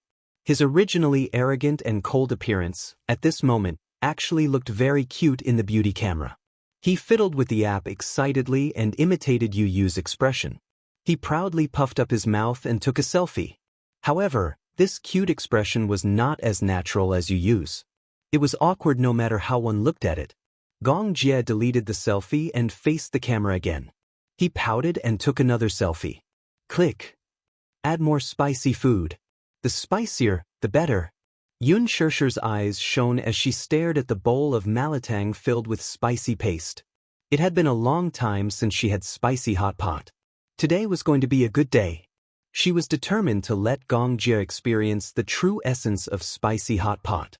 Yun Shirshir turned around and walked to her seat. She happened to see Gong Jia imitating Yu Yu and making a V gesture. Gong Jia was caught off guard and put down his phone awkwardly. He was inevitably a little awkward when Yun Shirshir saw him acting cute. He cleared his throat uncomfortably and glanced at her. Yun Shirshir could not help but laugh. What? Gong Jia was even more embarrassed. He blushed and felt extremely uncomfortable. Nothing. I'm not laughing at you. Then why are you laughing? Yun Shirshir held back her laughter. That's because I've never seen such a cool man acting cute. Xiao Jia, you're quite a girl at heart. Xiao Jia, oh Xiao Jia. Didn't you see the people around you looking at you as if you were a monster when you took those cute selfies? Gong Jia's face burned even hotter, and he felt awkward. And he said he wasn't laughing at him. It was clear that he was making fun of him. Actually, he wanted to take a selfie with her so that she could use it as a screensaver. However, no matter how many times he patted it, he was still not satisfied. Yun Shirshir sat down and suddenly realized something. She narrowed her eyes suspiciously. I remember that my phone has a password. Yes. Gong Jia felt guilty. How did you know my password? Such a simple password. Gong Jia cursed in his heart. If he couldn't even do something like this, how could he be called Gong Jia? Moreover, the password was her birthday. It was so simple that even a pig's nose could crack it. Yun Shirshir was about to snatch her phone back when Gong Jia suddenly retracted his hand. Then he hugged her shoulder affectionately and his magnetic and languid voice rang in her ear. Come, look at the camera. Yun Shirshir lifted her face in a daze, only to hear a click as the photo froze in place. In the photo, Gong Jia had a devilish smile and a deep gaze. She, on the other hand, had a blank and dazed expression. It was obvious that she was caught off guard. However, Gong Jia felt that her expression was extremely cute. He was satisfied and his lips curled into a charming smile. He finally had a photo of the two of them. He was extremely satisfied. Sister's dazed expression is also beautiful. Chapter 2062. Yun Shirshir was dumbfounded as she watched him skillfully swipe the screen and replace the selfie she had taken with the two little guys. This guy. You're not allowed to change the wallpaper. Gong Jia raised his eyebrows threateningly. I'll be sad. Yun Shirshir's lips twitched before she smiled and said, Xiao Jia, it's a crime to act cute. Gong Jia was speechless. The boss quickly served the hot and spicy soup. Gong Jia looked down and felt his scalp go numb. He saw kelp, bacon, and wingtips in a medium-sized bowl. What made him gasp was that Yun Shirshir had filled it with spicy food for him. From afar, it looked fiery red and looked very spicy. Gong Jia looked up meaningfully and glanced at her. Yun Shirshir felt his scrutinizing gaze and turned her face away guiltily. Not to mention that he didn't eat spicy food, even someone who was used to spicy food wouldn't be able to stand it. Seeing Gong Jia's expression, the boss didn't know what was going on and only praised, Handsome, you can eat spicy food. I've never seen anyone who can eat spicy food like you. Gong Jia was speechless. Yun Shirshir said mischievously, Miss, I wonder if you like the dishes I've chosen? You've said before that you'll definitely finish the dishes that I've chosen. When the boss heard this, he was a little surprised. Your siblings? Yeah. Can't you tell?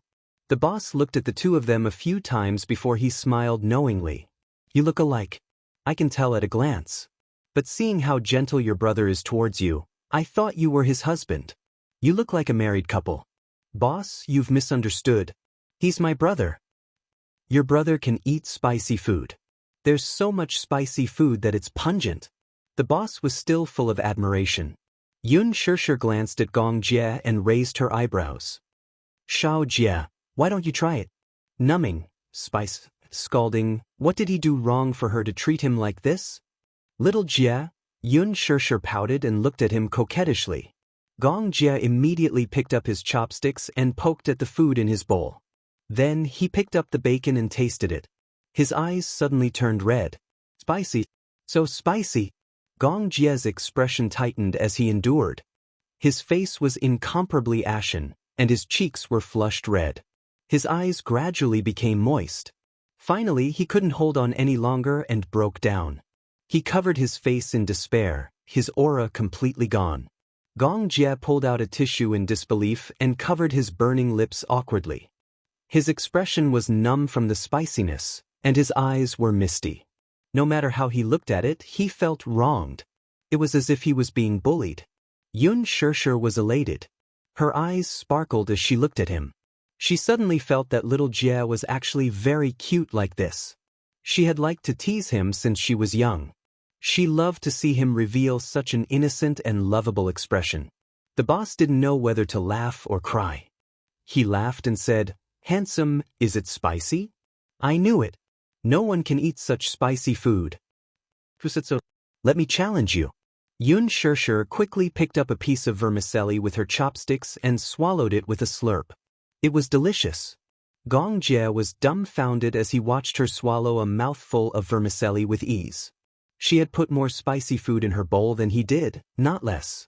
Watching her swallow a mouthful of vermicelli, his scalp tightened. The boss was also dumbfounded. Xianxia swallowed it and felt a wave of satisfaction. She raised her eyebrows and said, "It tastes great." Gong Jie was speechless. The boss was speechless. What was this? Chapter 2063. Eating so spicy, wasn't he afraid that the spiciness would burn his stomach? Gong Jie watched in silence as tears welled up in the corners of his eyes. Just one look at the red and hot liquid and he felt unwell all over. Xianxia glanced at him. Seeing that he couldn't stand the spiciness, she laughed and turned to plead with the boss. Boss. Please, change it to white soup for him, okay? Otherwise, I think his stomach is going to burn up after he finishes this bowl." The boss held back his laughter for a long time. Then he took the bowl away from Gong Jie's hand and adjusted the soup base. Gong Jie was still traumatized by the hellish spiciness. He took a sip. Seeing that the soup base was not as spicy as before, he ate gracefully. Xianxia watched as he ate with his head lowered. His posture was extremely noble and elegant. Compared to herself, it seemed like she was a little rude. She immediately restrained herself and imitated his posture.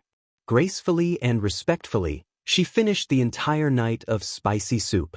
After Xianxia walked out of the shop with her round belly, Gong Jie, who was standing at the side, mocked, "What kind of life have you been living for more than 10 years?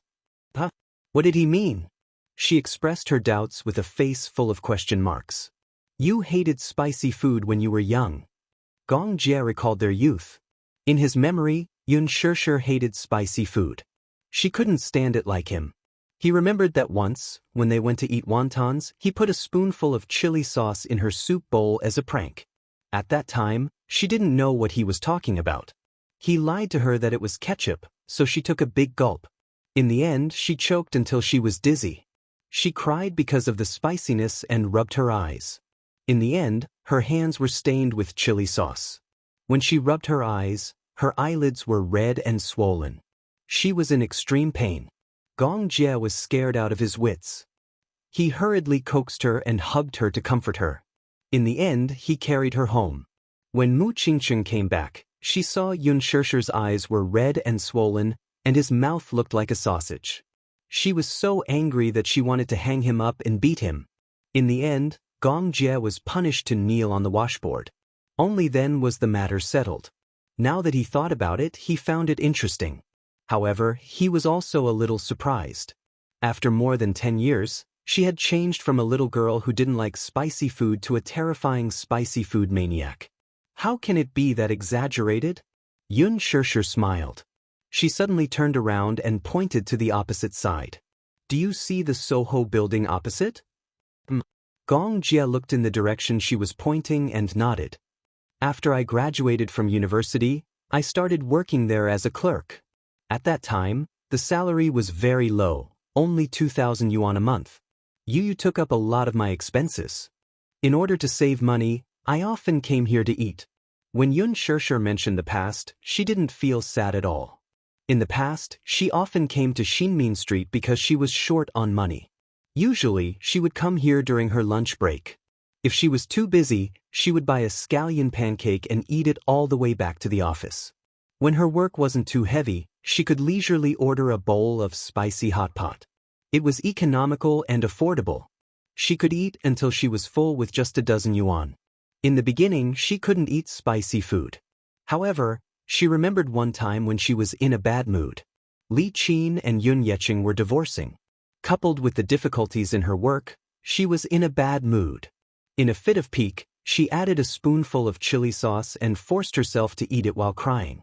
Chapter 2064. A spoonful of chili sauce became the easiest way for her to vent her emotions.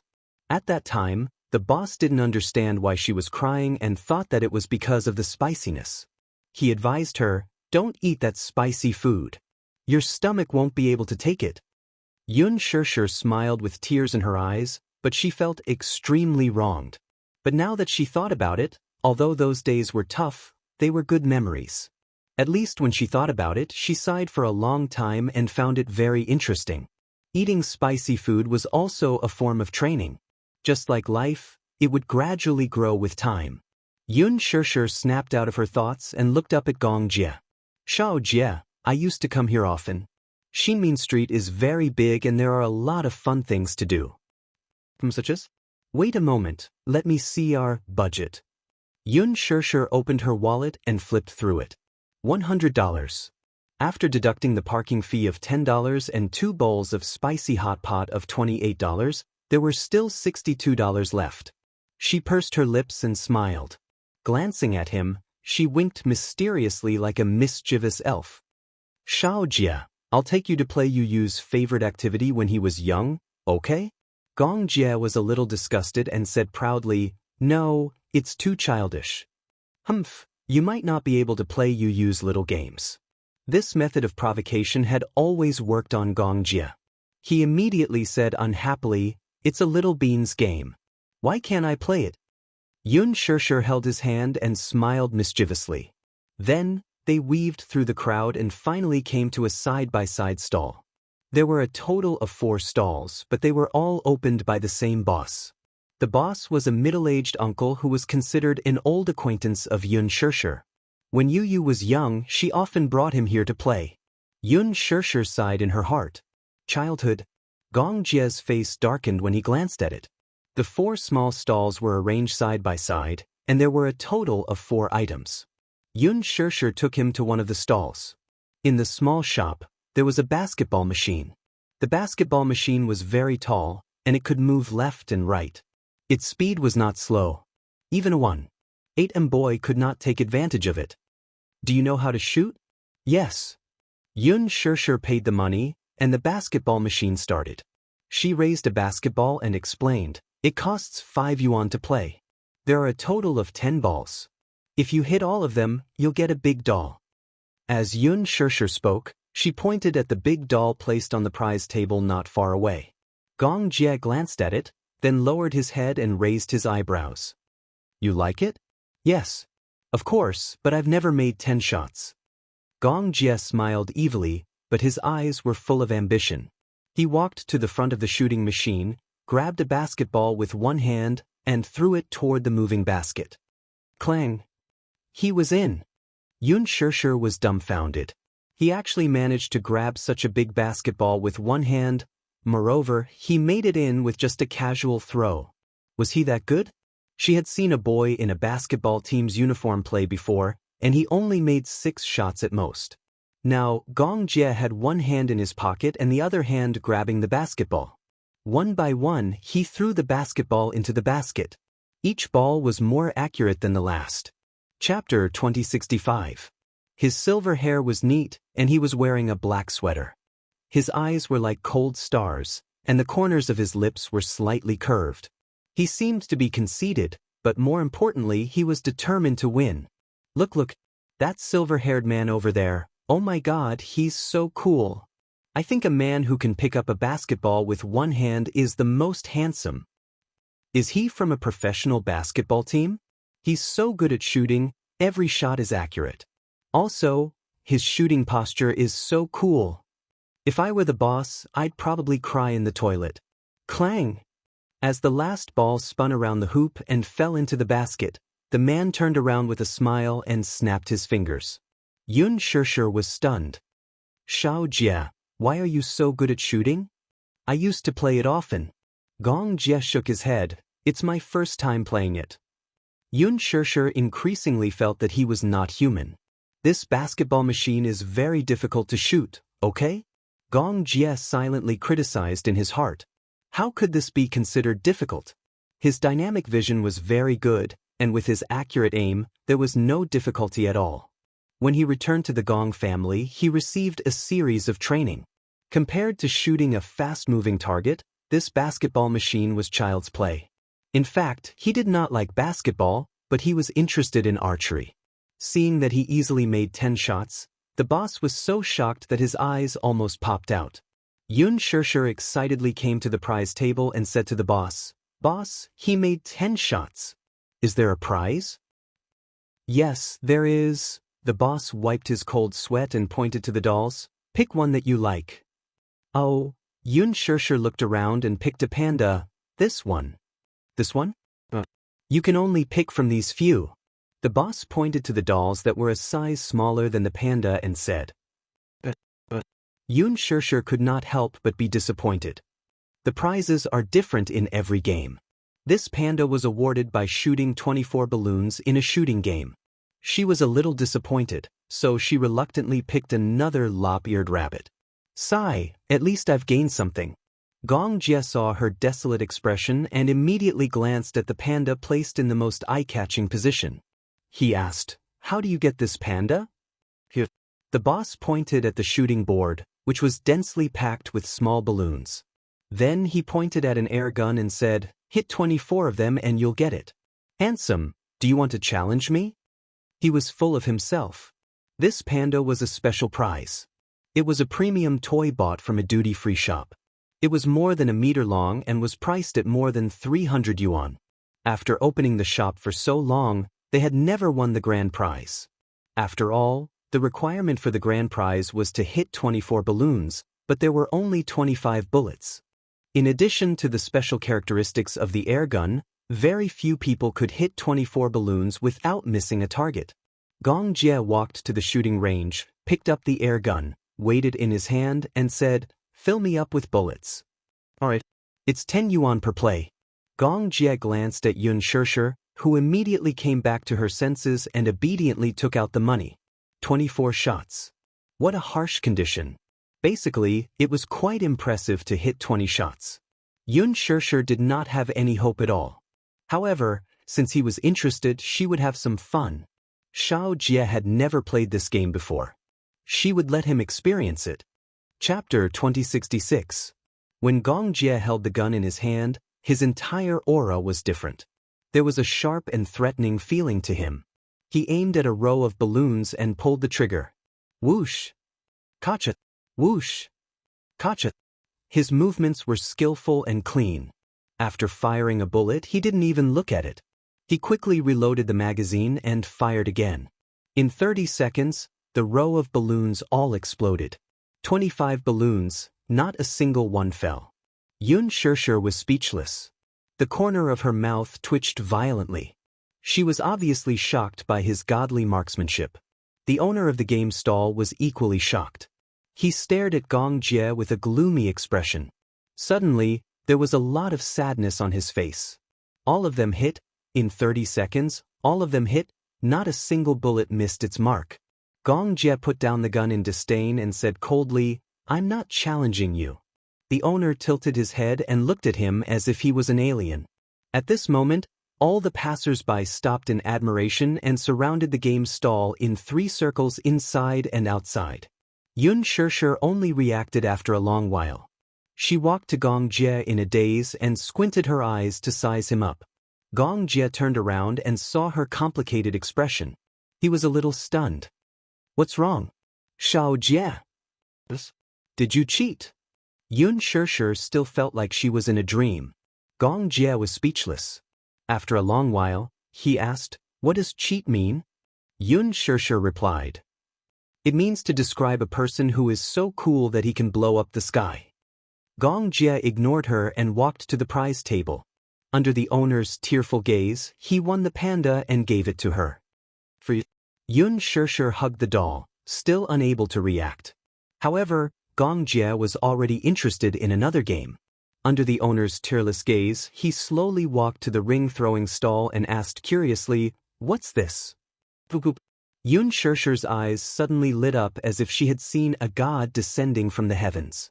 She leaned over and said, "If you manage to get 20 rings, you'll get a limited edition car model from Leji. It's a limited edition toy." When Gong Jie heard the word Leji, he glanced at Yun Shishir's extremely respectful gaze and fell silent for a moment. He cursed in his heart. "Sister, you need to work harder. Your son is the person in charge of Leji. Who knows, he might be the one who designed this toy." This game seems very interesting. He had never played Gong Jie before and felt that it was very challenging. This game was really difficult. Yun Shishir paid the bill. Ever since Gong Jie cleared 2 games in a row, the boss was a little unwilling to do business with them. He was a little unhappy to receive money. Spare him. It wasn't easy to do business. Gong Jie held 10 small rings in his hand. The difficult part of this game was that he had to plant a symbol that was half the size of a fist into a symbol that was half the size of a fist. It was very difficult. At first, Gong Jie didn't get the hang of it. He only got 3 rings out of 10. He wasn't convinced and asked for another round. When the boss saw this, he was elated. It seemed that this man also had some games that he wasn't good at. At least he could earn back some of his money. Unexpectedly, after figuring out the trick of the hoop in the first round, Gong Jie performed very well in the second round and got 7 rings. Yun Shishir calculated. Although she couldn't win the grand prize with 7 rings, she could at least win the second prize. This trip was not wasted. Chapter 2067. The second prize was a very exquisite toy. The boss looked at Yun Shishir with teary eyes as she held the prize in her hands. He gritted his teeth so hard that they almost broke. Gong Jie looked at another shop. There was an air cushion inside that was filled with water. There were many small goldfish inside. Just as Gong Jie took a fancy to the goldfish fishing game, the boss went up to Yun Shishir and begged, "Pretty lady, please have mercy on us. We're all small businesses. The market isn't good now, and it's not easy to do business. I'm still counting on these 4 shops to feed my family. Look, you've already won so many prizes. It should be worth it, right? Stop playing." If they continued playing, this pool of goldfish would be emptied by them. $5 for a net. As long as the net wasn't broken, they would be able to catch a goldfish every time. Just based on this man's inhuman gaming talent, she was determined to fish him out until he lost all his fortune. Yun Shishir suddenly felt that this boss was very pitiful, but Gong Jie didn't appreciate it. "Boss, since we're doing business, we have to follow the rules of the game. We didn't cheat, and we won with our own abilities. Why can't we play?" The boss was speechless. He felt wronged and said, "But aren't you a little too good at playing? Look, you won my dolls that cost more than $100 for a $5 shooting game. You won my pandas that cost more than $300 for a $10 shooting game. You won my toys that cost more than $100 for 2 rounds. You've already lost a lot of money." Gong Jie didn't listen. He spread out his hands and said, "Give me the net." The boss continued to persuade him earnestly, "I bought these goldfish for $1 each. If you take all of them away, how can I continue doing business?" Yun Shishir was a little unhappy. If others can take them, why can't we? We have to follow the rules when doing business. "Hey, pretty lady, handsome guy, take it that I'm begging you. Stop playing. I'll refund you the money you spent on the game, okay?" He almost knelt down and begged them. Gong Jie was very stubborn. "Let me play, or I'll destroy your stall." The boss was shocked when he heard that. Yun Shishir was speechless. "Xiao Jie, you're too domineering." If he didn't let her play, she would flip the stall. However, these words were said in a very childish manner, making people not know whether to laugh or cry. Yet, they felt that coming from his mouth, it was actually somewhat cute. The onlookers pointed and whispered among themselves. The boss immediately turned to the passers-by for help. Everyone listen to this. This handsome guy is being unreasonable. He wants to destroy my stall. I'm an honest businessman. I'm running a small business and I can't make much money. Why is he making things difficult for me? Boss, you're the one in the wrong. From what I saw just now, this handsome guy didn't cheat or act shamelessly. He followed the rules of the game. He won the prize based on his ability. If you don't let him play, it's you who doesn't follow the rules as a businessman, right? At the side, a male student stood up to protest. Then, the others also accused, so you just want to earn money from people who can't play the game well, right? You're not letting other people play after they've had enough fun. You really know how to do business. It's a free win. Exactly. No one does business the way you do. If the handsome guy wants to play, it's not like he's not paying. He should follow the rules of the game. These kinds of small vendors are the most unreasonable nowadays. They don't say anything when they're making money, but when they're losing money, they act shamelessly. I'll complain to the city management. When the boss heard that they were going to complain to the city management, he instantly shrugged. Chapter 2068. Xianxia was speechless. This world was indeed a world where looks were the most important. If it were an ordinary person who was bullied by the boss, there would not be so many people standing up for him. She had lost all hope in this superficial world. In the end, Xianxia got his wish and took the fishing net from the boss. He sat on the stool and started fishing. 1 fish, 2 fish, 3 fish. The boss's heart was bleeding as he watched from the side. He prayed that the net would break.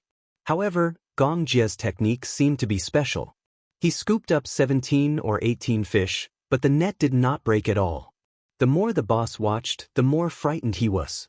However, Xianxia scooped up more and more fish.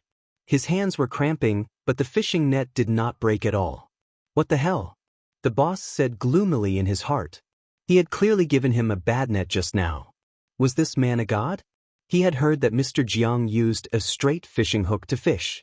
Could this guy use a broken net to scoop up a whole pond of goldfish? He had lived long enough to see this. In the end, Xianxia got bored of fishing. He threw the fishing net into the pond and carried the bucket of goldfish to the seal. Xianxia counted. There were a total of 22 fish. There were so many of them. They did not have such a big fish tank at home. These were still young fish. When they grew up, Xianxia did not dare to imagine the grand scene of 22 big goldfish squeezed together. It would be very scary. Xianxia had goosebumps all over her body. You don't like them? Xianxia nodded. I don't like goldfish very much. Xianxia looked at the goldfish and was worried. When the boss heard this, his eyes lit up. Just when he thought that this man was going to put the goldfish back into the pond, he saw him walk over and pass a bag of young fish to a little girl who had been staring at him for a long time. This is for you. For me? Really? The little girl's eyes lit up. She was in disbelief. Yes, my sister doesn't like them. After saying that, Xianxia took Xianxia's hand, carried the 2 big dolls for her, and left. Seeing that the Buddha had finally left, the boss felt a burst of relief. At the same time, his heart ached for his loss. Sigh, this brat had wasted a day's worth of business. Along the way, Xianxia was still puzzled. How strange. Xianxia lowered his head and raised an eyebrow. Xianxia raised her doubts. Xiaojia, you're too good at catching goldfish. Generally speaking, that kind of fishing net will break with a single grab. I've seen a good one that broke after catching 3 or 4 fish. So this was what he was curious about. Xianxia curled his lips into a smile, but played it down. That fishing net won't break. Why are you so sure? Seeing how confident he was, Xianxia became even more curious. Xianxia replied, because that's the net that the boss used to catch fish. In the beginning, the boss had given him a net that was purposely broken. Xianxia noticed it at a glance, so when the unscrupulous boss wasn't paying attention, he secretly swapped the net that was usually used to close the stall for fish. The boss just didn't notice, playing such a small trick on him. He didn't mind competing to see who was darker. Xianxia was stunned. The boss used to catch fish? Is he that kind? Maybe he took the wrong one. He definitely wouldn't tell her that he had swapped the net. It was too disgraceful and would damage his image. But Xianxia, you're too good. Especially the one who shot the balloons. Did you specially practice it? It's my first time playing. Are you that good at games? Chapter 2069. Xianxia couldn't help but be speechless. She smiled and asked, "Did you have fun today?" Just now, when he was fishing for the goldfish, she was squatting beside him. Suddenly, she felt as if they had returned to their childhood. He was squatting on the ground to catch ants while she was squatting beside him, holding her head and watching quietly. It was a closeness that they had never felt before. Xianxia was fishing quietly, and she was watching quietly. Perhaps it was because she had matured too quickly, so every memory of her childhood was very precious. The happiness of her youth was something that could not be returned to. Some people reminisced about the past, but they were reminiscing about the time that could not be returned. Xianxia looked at her dotingly and said gently, "When I'm with sister, I'll be happy no matter what." "Why is your mouth so sweet? It's as if it's smeared with honey." Xianxia pouted coquettishly and gently pushed his shoulder.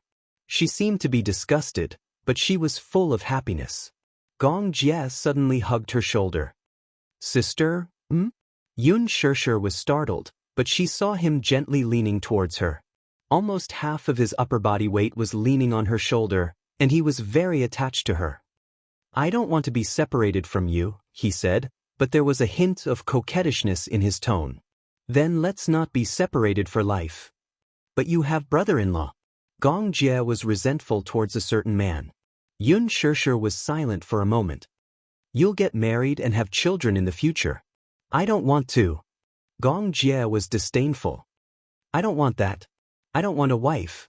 I want sister." Xianxia felt sweetness in her heart, but there was also an inexplicable bitterness. Was this kid acting coquettishly with her? The problem was that his coquettishly skill was comparable to Yu's. It was the same possessiveness as Yu's. They were uncle and niece after all. Their way of acting coquettishly was similar. She had heard a story before. It was said that the twins were lovers in their previous lives. Because they loved each other, they couldn't stay together until the end because their obsession was too deep.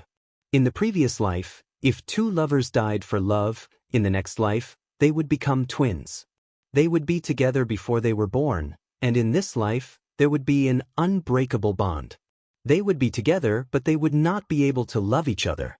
This was God's reward for their loyalty in love, but it was also a punishment for not cherishing their lives.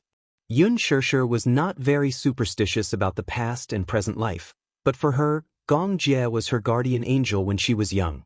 This was a deeper bond than the one she had with Wuxia. She could feel Xianxia's dependence on her. "What are you thinking about?" Xianxia saw her lost in thought and couldn't help but wonder. "Nothing." Xianxia came back to her senses and dismissed her wild thoughts. She smiled at him and said, "Xianxia, shall we go back?" "So early? Why don't you stay for dinner tonight? I'll make you some soup." Xianxia was doubtful. "Do you know how to cook?" Xianxia was smug. "Of course." Xianxia poured cold water on her unceremoniously. "Won't I be in danger if I eat your cooking? Get lost. I have to be responsible for my own safety.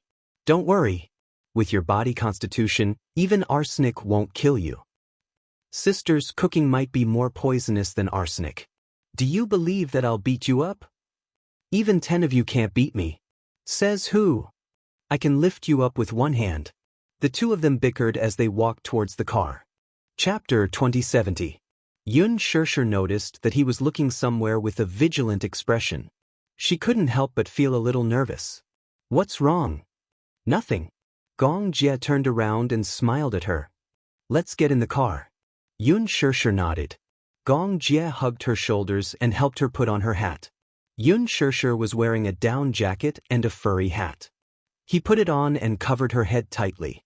She didn't know whether to laugh or cry as she mumbled, "What are you doing?" "It's cold. Don't catch a cold." Despite Xianxia's words, Xianxia muttered, "I'm not cold. In fact, I'm feeling a little hot." After the two of them got into the car, Xianxia put her bag away. He leaned over and gently buckled her seatbelt for her. Xianxia was speechless. She always felt that she was like an oversized doll in front of him. Even if it was something as simple as fastening a seatbelt, he had to personally do it for her. She always felt that he treated her like a child, and he was like a parent who cared about her. Xiao Jie, I'm not a child. I can do things like buckling my seatbelt myself. Gong Jie smiled. But are you still not satisfied with having someone to serve you? Yun Shishir was amused by him.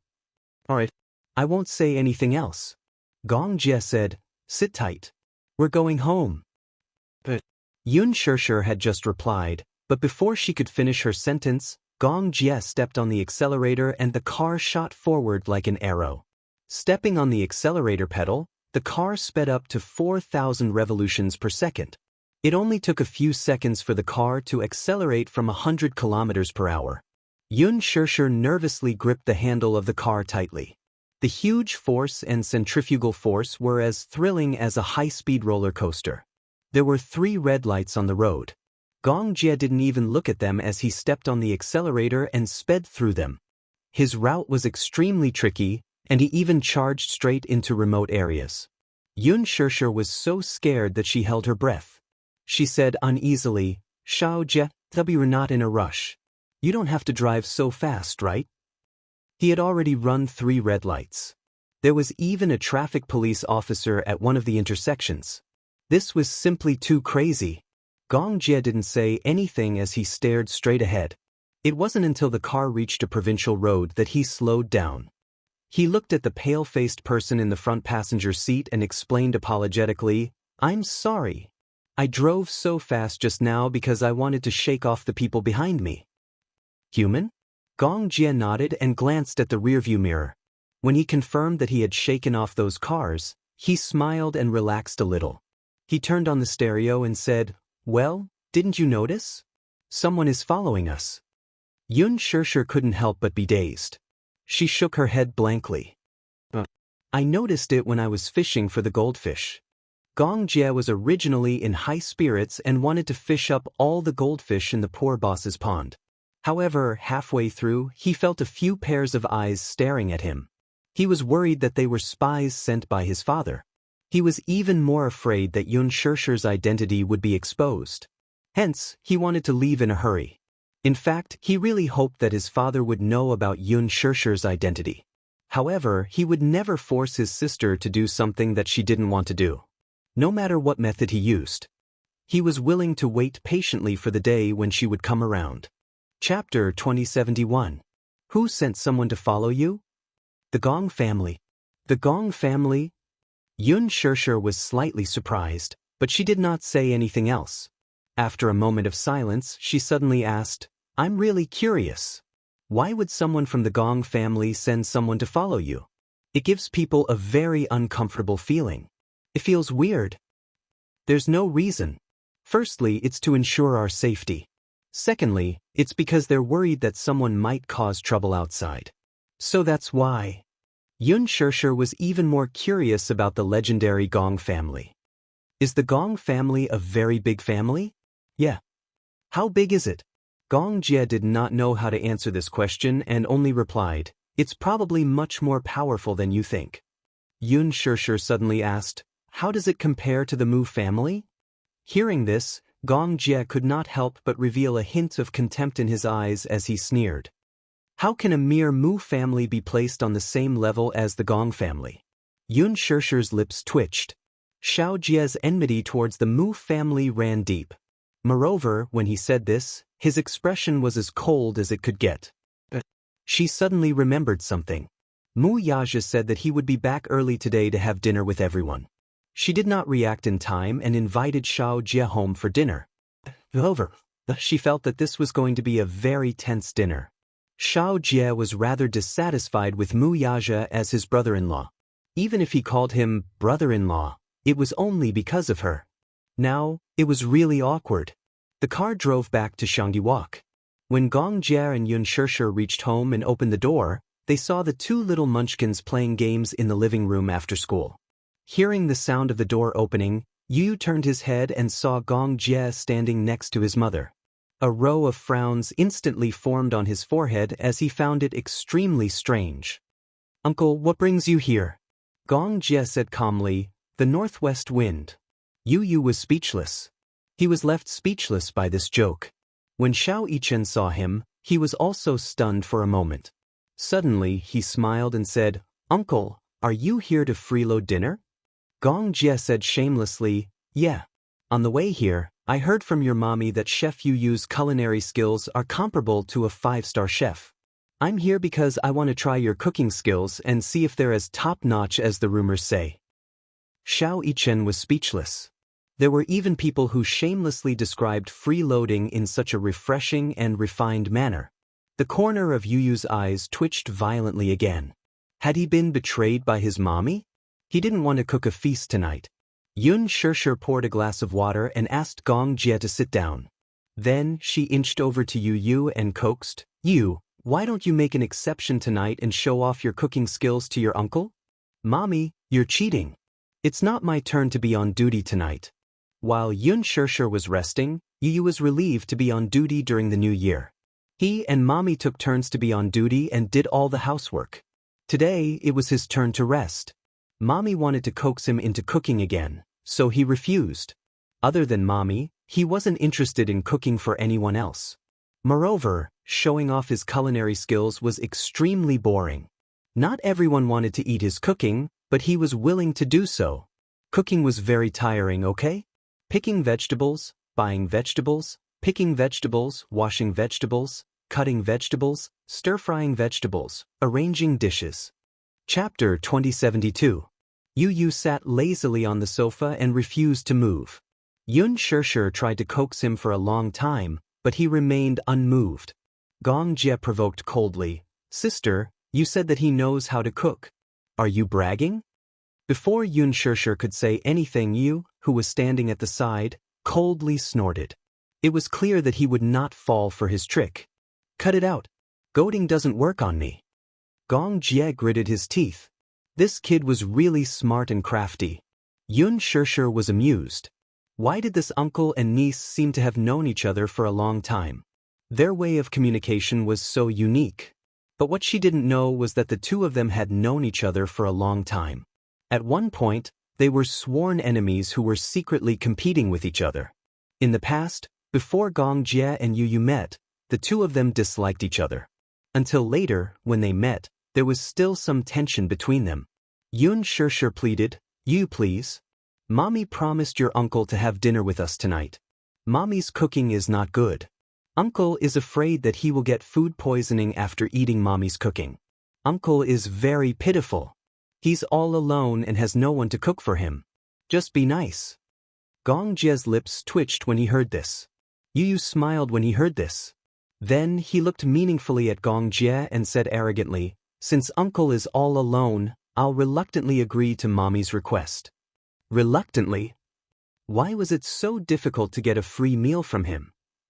Muichin. Yu suddenly stood up and called out as if he was summoning a mythical beast. Xianxia quivered. He had a feeling that something bad was going to happen. He looked up warily. What? Go grocery shopping with me. He knew that something bad was going to happen. When they needed to run errands, he was dragged into it. As for other good things, he had never thought of him. What a heartless brother. Let's go. Yu grabbed Xianxia's arm and walked out the door with their arms around each other's shoulders. Xianxia didn't know whether to laugh or cry as she watched the two children leave. When she turned around, she saw that Gong Jie had stood up and walked into the back garden. He stood in the garden and stared at the garden full of Chinese roses, his eyes widening slightly. Rose? Yes. Gong Jie murmured. Did you plant all these yourself? Xianxia walked to his side and followed his line of sight. Her gaze was gentle as she said, I usually take care of these Chinese roses. How about it? Does it look good? Gong Jie's expression softened a little in an instant. Yes, my mother loved Chinese roses the most when she was alive. I still remember the small flower bed behind the house I lived in at that time was filled with roses. When my mother was free, she liked to take care of those flowers. He walked over slowly and squatted down as if he had lost something. He reached out to touch a Chinese rose and frowned sadly. Since I was young, I've always dreamed of having my own backyard and planting many Chinese roses. I don't know if it's a genetic preference. I've planted roses and orchids, but in the end I still like Chinese roses the most. Hence, I decided to plant all Chinese roses in the garden. However, my culinary skills are not as good as hers. The Chinese roses that I planted will not look as good as the ones that she took care of. Gong Jie shook his head. I think it's very beautiful. Chapter 2073. In his memory, Mu Qingqing had beautiful hair that reached her waist. In her free time, she would tie her hair up gently with a silk ribbon and take care of the flower garden with her tools. Usually, she loved to study the art of flowers. After leaving the Mu family, she used her skills to work in a flower garden. Her craftsmanship was much appreciated. He also had quite a reputation in that field. The more Gong Jie looked at these flowers, the sadder he felt. The scariest thing about people was their memories.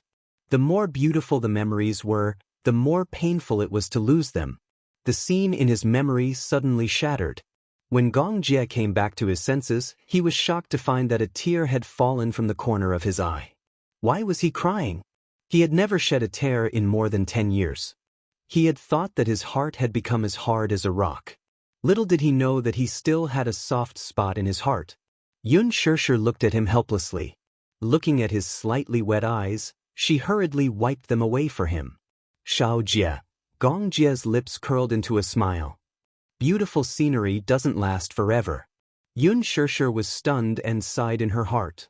Yes, that's why we have to cherish what we have now. I'm so tired. Xiao Yichen pushed open the door, panting like a cow. He huffed and puffed as he placed his hands full of vegetables on the shelf. Yu came back from grocery shopping. When he opened the door, he saw Gong Jie sitting at the table, playing with the spoils of war that he had won from the game that day. He was playing with the toys developed by Leji Holdings with great interest. Yu glanced at him and saw that Gong Jie had taken apart the toys and was studying them curiously. Uncle is still a child at heart, he said coldly. Xianxia popped her head out of the kitchen and smiled. Is Master Yu back? Yes, I'm back. I've already cooked the rice. Xianxia said eagerly. Yu waved his hand like a general. You may leave. Leave the rest to me. All right. Yu carried the vegetables into the kitchen. She quickly picked, washed, and cut the vegetables. Half an hour later, Gong Jie heard clanging sounds coming from the kitchen. The sound of the kitchen knife hitting the chopping board was so loud that it attracted his attention. He walked to the kitchen door in admiration and saw Yu standing on a small stool. She held a kitchen knife in one hand and pressed the onions with the other, cutting them into pieces. -0. The scene of little Munchkin cooking was too shocking. His mouth formed an O shape. My Yu is awesome. She didn't expect that the phrase, extraordinary culinary skills, was definitely not nonsense. He gave her full marks for her skill in cutting vegetables. Soon, all the vegetables were cut and distributed according to their types. Yu stood in front of the gas stove, lit the fire, heated the pot, and started to stir-fry the vegetables. The pot was very heavy. His strength was limited, so he had to use both hands to hold the pot. It looked a little clumsy, but after a burst of flames, Yu stir-fried with a spoon of oil and a spoon of seasoning, the aroma of the vegetables wafted out. Gong Jie was stunned. When Wuxia returned home, Yu had just placed the last of the hot soup on the table. He had just opened the door when he saw Gong Jie sitting elegantly at the table, smiling at him. Brother-in-law is back. Wuxia's face immediately turned cold. Why was he here? Chapter 2074. Brother-in-law is so heartless. Can I be here as a guest? Gong Jie smiled elegantly, but his eyes were full of provocation. Xianxia had just finished trimming the plants and walked into the living room. When she saw him, she smiled and greeted him. It's time to eat. Yu also took off his apron and hung it on the door. Daddy, it's time to eat. Wuxia walked over slowly and sat down beside Xianxia. Xianxia scooped out the rice and said, Come, let's eat. Xiao Jie, try Yu's cooking. But she took out a clean pair of chopsticks and handed them out. The two little guys took the chopsticks and said, Oh, in unison, but neither of them took the initiative to eat. Yu Yu's dark eyes turned and looked at Gong Jie and Mu Yaja curiously. These two were sworn enemies, weren't they? Now that they were sitting at the same table, who knew if they would start fighting? They probably wouldn't. After all, they had to care about their mommy's reputation. Yu smiled. Just as he was about to take a sip of his drink, he saw Gong Jie elegantly pick up a piece of meat and put it in Mu Yaja's bowl with a friendly expression. Brother-in-law, have some meat. Mu Yaja was a little surprised by his eagerness. He couldn't help but feel a little nervous and stare at him suspiciously. Yu almost spat out his drink. Fortunately, he was elegant and managed to hold it in. He coughed a few times. Xianxia frowned and asked, "What's wrong?" "Nothing." Yu wiped the corner of his mouth gently with a tissue. "Did his uncle take the wrong medicine today?" Xianxia looked at Yu and Xiao Yichen with a reproachful look. She turned to Gong Jie and said, "Yu's curry beef is delicious. Xiao Jie, do you want to try it?" Without waiting for Gong Jie to eat, Xianxia enthusiastically picked up a piece of beef with her chopsticks and held it in her hands to prevent the juice from dripping into the other bowls. She brought the beef to his mouth and encouraged him, "Try it." Gong Jie didn't know whether to laugh or cry. Was this little idiot still treating him like a child? When he was young, he would be obedient when he ate. She chased after him and chased after him. Sometimes she wanted to point a gun at his head and watch him eat obediently. Xianxia was much gentler. When Xiao Jie refused to eat, she would patiently feed him a mouthful of meat and a mouthful of rice with a spoon. Gong Jie especially enjoyed being fed. Hence, every time they ate, he liked to stick to her and sit beside her. Like a little swallow, he would open his mouth and chirp away. He was willful and adorable at the same time. Xianxia indulged him and patiently fed him mouthful by mouthful. This was how Gong Jie developed his arrogant and willful personality. It was only after he returned to the Gong family that he slowly corrected his habit of wanting others to feed him. Gong Jie wanted to do it himself, but when he saw Mu Yaja looking at him with hostility, he opened his mouth and allowed Xianxia to feed him the juicy and tender beef. Gong Jie took a bite and his eyes lit up. He was clearly surprised. The heat of the beef was just right. The meat was tender and chewy, and the soup was delicious. It was neither salty nor bland. Chapter 2075. As Gong Jie ate, his eyes scanned the dining table. Suddenly, his gaze landed on a plate of fragrant red braised pork. Xianxia saw that he was staring at the red braised pork, so she diligently picked up a piece of meat and brought it to his mouth. Gong Jie took a bite and tasted it contentedly. The delicious taste made his soul feel like it had been sublimated. He was happy, but the other two little guys were a little gloomy, especially Mu Yaja. At this moment, he was like a child who had been neglected. He placed his chopsticks on the table in a fit of pique and looked at Xianxia with displeasure. Didn't this woman think that she was being a little biased? This man had hands and feet. He was an adult, so why did he still need someone to feed him? He was like a 5-year-old child. He suddenly felt a little unbalanced. She was clearly his woman, but she gave others the feeling that she and Gong Jie were showing off their affection. He was embarrassed. Yu, who was standing beside him, also felt a little apprehensive. Mommy had rarely fed him all his life. Especially him, who matured very early. He knew how to eat by himself when he was 3 years old. He never needed anyone to supervise him or carefully feed him. This Gong Jie, on the other hand, sat there like a big boss. He rarely touched his chopsticks. Xianxia was feeding him gently. This intimate action undoubtedly stung the eyes of the father and sons beside them, especially Xiao Yichen, who was the most displeased. Even Mommy had never fed him before. Now, he could only watch helplessly as Gong Jie enjoyed such VIP treatment. He couldn't help but feel a little dejected. He and Yu looked at each other and suddenly put down their chopsticks. The two little guys walked over to Xianxia, one on each side, and gently tugged at her sleeves. Xianxia turned her head. Just as she was feeling puzzled, she saw the two little guys sandwiching her in the middle. At the same time, they raised their palm-sized faces, opened their mouths wide, and made greedy sounds. Yu Yu opened her mouth and looked at her expectantly, like a little swallow waiting to be fed by an old swallow. She opened her mouth and looked extremely eager. Xiao Yichen opened his mouth as well. "Ah," he said softly and cutely. He sounded like he was acting coquettishly, as if he was waiting for her to pamper him. She didn't know whether to laugh or cry. "What are you doing?" "I want mommy to feed me too." Xiao Yichen acted coquettishly and stared at her with his watery eyes. She didn't know whether to laugh or cry. She held back her laughter and rebuked, "Go back to your seat and pick it up yourself." "Mommy is biased." Yu Yu complained pitifully, as if she had done something evil. "You feed uncle, but you don't feed us." "Biased." Mu Yichen nodded as well. "That's right. The meat fed by mommy was more fragrant." "Mommy, hey." They were actually throwing a tantrum. Xianxia was helpless, but she couldn't do anything about the two of them. She could only pick up a piece of meat for each of them and stuff it into their mouths. The two little guys chewed with their mouths full and narrowed their eyes as they snickered. Even though they had gotten their way, they couldn't bear to leave and seemed to want to cling on to her. Yu Yu and Xiao Yichen were secretly competing with each other as they chewed with all their might. Xiao Yichen swallowed first, opened his mouth again, and looked at her. It was obvious that he wanted her to feed him. Was he asking for her affection? Chapter 2076.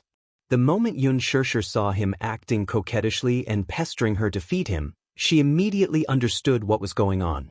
This little fellow was jealous. He must have been jealous when he saw her feeding Gong Jie so intimately. Hence, he pestered her to experience the privilege of being fed. Naturally, she knew what her own child was thinking. Moreover, Yu had always been an obedient and sensible child. He would always hold his own bowl and put food into his own bowl. He was very independent. At this moment, he was probably envious of the Gong Jie. What about Mu Yichen? He was purely following behind Yu Yu to join in the fun. Xianxia was almost blushing from how adorable the two little fellows were. Seeing that she was not moving, Mu Yichen tugged at her sleeve pitifully and urged her eagerly. He started to act coquettishly in a soft voice. "Mommy!" Xianxia could not resist the two little fellows' pestering. She picked up a piece of meat with her chopsticks and put it into Yu Yu's mouth. Only then did the latter feel satisfied. Just as she was about to feed Xiao Yichen, Muaja spoke unhappily. "Go back to your seat obediently." As he spoke, Muaja pointed to his seat. He had no one to feed him, yet these two little fellows still wanted to enjoy it. When Mu Yichen heard this, he pursed his lips unhappily. However, he had always obeyed his father's orders and had never disobeyed him. He obediently returned to his seat. "Daddy is a bully." Xiao Yichen muttered to Muaja, obviously unhappy with him. Muaja's gaze froze. However, Mu Yichen did not dare to say a word. He picked up a piece of food and blinked pitifully before he obediently ate his food. Yu Yu also returned to his seat. He felt unhappy, but after thinking about it, he did enjoy some special treatment. Hence, he felt much better and obediently ate his food. Xianxia, on the other hand, chuckled softly. She glanced at Muaja with a pair of smiling eyes. She had a feeling that the man was jealous, too. Otherwise, why would he be so cold and even argue with the children? "Why are you so fierce?" Xianxia asked even though she already knew the answer. Muaja snorted and only said, "Don't spoil these two guys too much. They're already so old. It's not like they don't have the ability to work and can eat by themselves. Why do they need someone to feed them?" There was a hidden meaning in his words. He glanced at Gong Jie coldly from the corner of his eyes. He was probably implying that the man sitting at the table was just like Yu Yu and Xiao Yichen. They were still huge babies and needed others to feed them. Gong Jie seemed to be deliberately provoking him. He smiled and said, "Yu Yu and Xiao Yichen are still young. When I was 8 years old, my sister still chased after me to feed me." These words were provoking him. Muaja's gaze turned cold. He glanced at Xianxia with dissatisfaction. Obviously, he did not believe him. Is what he said true? Xianxia smiled and said, "Xiao Jie was especially delicate when he was young. When he was 8 or 9 years old, he still didn't eat by himself, so I usually fed him." Yu was stunned when he heard this. Uncle, you're so delicate? Gong Jie curled his lips. Xiao Yichen was so envious. Mu Yaja's expression did not look good. This Gong Jie was obviously provoking him. He felt very unhappy. Chapter 2077. Here, I'll feed you. Have some meat. Mu Yaja turned his face away in disdain. No. At the thought of how she had gently fed Gong Jie meat earlier, Mu Yaja felt an indescribable sense of awkwardness in his heart. He could not spit it out, nor could he swallow it. It was as if a fishbone was stuck in his throat. He wasn't so delicate that he needed someone to feed him. Ever since he was young, he had been different from other willful children. Ever since he was 3 years old, he had learned how to use a spoon to eat obediently while sitting on a high stool. He didn't need anyone to coax him or lie to him. He didn't make a fuss. He ate quietly and obediently. Normally, children of this age would need adults to carry them in their arms and coax them while feeding them. But he didn't. He had liked to be independent since he was young. He liked to rely on himself for everything. This trait was inherited from Xiao Yichen. The children of the Mu family had always been mature and agile. It wasn't enough. Looking at how intimate Xianxia and Gong Jie were, he felt that this scene was an eyesore. Gong Jie laughed and teased, "Sister, look at brother-in-law. Is he jealous?" Xianxia raised her eyebrows and glanced at Mu Yaja. Jealous? I'm not happy to see you feed me. Are you serious? Xianxia smiled. Our man probably won't be jealous over such a trivial matter. Mu Yaja glared at her and glanced at Gong Jie coldly from the corner of his eyes. He snorted coldly, but the meaning behind it was inexplicable. Gong Jie's thin lips curved into a smile. Suddenly, he scooped up a piece of meat with a spoon and brought it to Mu Yaja's mouth with a smile. He coaxed, "Brother-in-law, I'll feed you some meat." Get lost. Mu Yaja glared at him and turned his face away in disdain. However, how could Gong Jie allow him to refuse? She didn't even bother to look at his expression and directly shoved the spoonful into his mouth. Xianxia, Yu and Xiao Yichen were also dumbfounded. Oh my God! Mu Yaja did not expect Gong Jie to make such a bold move. He frowned coldly and looked up to see Gong Jie's extremely kind smile, especially the mischievous expression on his face. His eyes contained a hint of provocation. He was extremely two-faced. Brother-in-law, is it delicious? Gong Jie was smiling on the surface, but the curvature of his lips was a fake smile. It was just the movement of his muscles, and the smile did not reach his eyes. Mu Yaja took a bite of the meat expressionlessly and chewed viciously, as if what he was chewing was not ordinary beef, but real Gong Jie. The two men, one with a smile on his face and the other with a cold expression, looked at each other. The air was filled with sparks of electricity. Thank you, brother-in-law. Gong Jie smiled casually. You're welcome, brother-in-law. The air was suddenly silent. The atmosphere instantly turned cold. Gong Jie and Mu Yaja, one with fire and one with ice, separated the world into two extremes. Xianxia was sandwiched in the middle. She felt as if she was in the realm of fire and water. She was so nervous that her heart was on tenterhooks. She was afraid that these two tall and strong men would quarrel at the dining table. In fact, it was not impossible. Chapter 2078. She heaved a sigh of relief. She put a piece of meat into each of their bowls and urged them, Okay, let's eat. It's not the first time you've met, so don't be so polite. She diligently poured a bowl of soup for Mu Yaja as she spoke. Mu Yaja's expression finally looked better. Gong Jie looked around the dining table. Finally, his gaze landed on a delicate-looking plate of diced cheese chicken. He tasted it and found that it tasted pretty good. He exclaimed in admiration, Your culinary skills are really impressive. To think that I even suspected that you were bragging. Now I take back my words. Just because of your hurtful words, there won't be another meal after this one. Yu was implying that he was never going to cook for him again. Gong Jie expressed his grievance and protested.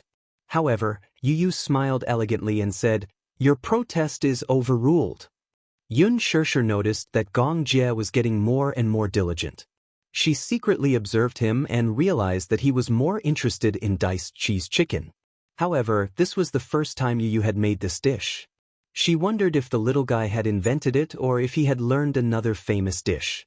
Hence, she could not wait to try it. It tasted pretty good. The cheese was extremely fragrant and soft after being cooked. Together with the diced chicken, the aroma overflowed with a single bite. She immediately scooped a spoonful and fed it to Wuxia. She encouraged him. Try it. It tastes pretty good. Wuxia had never tried this dish before. He always kept a distance from things that he had never tried before. Although diced cheese chicken looked pretty good, he had never tried it before. Hence, he only cared about eating things that he thought were delicious. Seeing that she was about to feed him, Wuxia turned his face to the side with a cold expression. It was a textbook example of a tsundere. Xianxia suddenly understood who Yu had inherited his tsundere character from. Let's eat. Xianxia encouraged him. Her fervent expression was just like the enthusiastic salesman in the department stores. Wuxia looked at her and saw the gentleness in her eyes. Only then did the ice on his face break. His eyes were tinged with gentleness. He leaned over and opened his mouth slightly. Unexpectedly, just as he was about to take it, Xianxia suddenly retracted her hand and directly put the chicken into her mouth. Wuxia was stunned. At the side, Yu and Xianxia burst into laughter. Mommy was purposely teasing Daddy, teasing Daddy. Xianxia smiled. Her mouth was full, but she did not chew. She seemed to be showing off. She raised her eyebrows at Wuxia, as if she was silently provoking him. She was just pretending to feed him. When he took the bait and leaned over, she would retract her hand and put it into her mouth. Xianxia had gotten her way. Seeing that Wuxia was still embarrassed, she raised her eyebrows arrogantly. However, Wuxia suddenly narrowed his eyes and the corners of his lips turned up slightly. There was a mischievous arc in his eyes. Xianxia suddenly had a bad feeling. She felt that this man was up to no good again. Before she could react, Wuxia suddenly leaned over and captured her stuffed mouth. His thin lips sealed hers and sucked on her frozen lips. Chapter 2079. Little Chen was obviously taken aback by this unexpected scene. He shyly covered his eyes and pretended to avoid it, but subconsciously he could not help peeking through the gaps between his fingers. Yu's face turned slightly red when she saw this. She turned her head away awkwardly, too embarrassed to look any further. Gongjie was even more stunned. He stared blankly at Wuxia as he slowly withdrew his hand.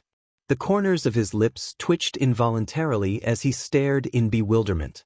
Xianxia was still in a state of shock. She sat in her seat in a daze. She didn't know whether to laugh or cry as she looked at the calm man sitting beside her. It was as if the scene just now was nothing to him. Or perhaps Gongjie's arrival had caused him to feel repressed for a long time. By releasing himself like this, he could ensure his position in her heart. Secondly, it could be considered as a show of strength to this fellow who had been provoking him all this while. He could show him what it meant to be fed. Wuxia thought somewhat childishly. What kind of feeding was that? This was the real deal. Moreover, he was the only one who could enjoy such treatment. Gongjie also learned that feeding could be done this way. He had learned something new. This brother-in-law of his was no pushover. How could he use such a method to provoke him? In reality, Gongjie could tell that Wuxia was deliberately provoking him. He curled his lips and laughed mockingly. Obviously, he didn't take his provocation to heart. He elegantly put his arm around Xianxia's shoulder and complained aggrievedly, "Sister, look. Brother-in-law is jealous of you and me." Wuxia snorted coldly. However, Yu added, "Uncle, my daddy is a huge vinegar jar. You should keep a distance from my mommy. Daddy used to be jealous of a dog." Gongjie's expression froze and his facial muscles twitched. "What do you mean?" Mommy raised a poodle. In the beginning, when she wasn't busy with work, she held the dog in her arms almost every day. Daddy was jealous and said that if there was a chance, he must kick this stupid dog out.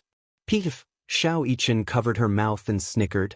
When she received Gongjie's incredulous and suspicious gaze, she stretched out her little hand and said, "Yes.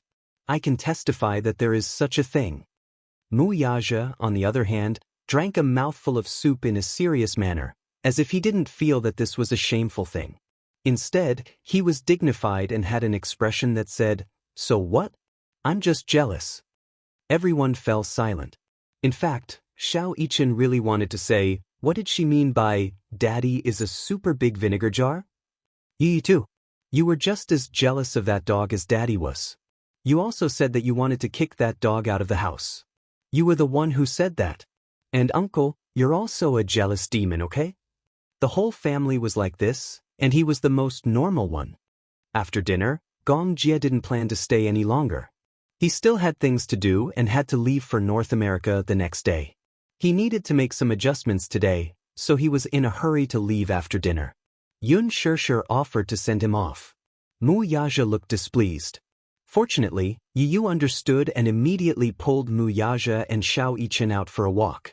Xianxia walked Xianxia to the door and said with a smile, "Xianxia, did you have fun today?" Chapter 2080. Xianxia blushed and said, "In the future, you can come and play with me when you're free. I'll bring you around. There are still many fun places to visit." Forget it. Look at how jealous brother-in-law is.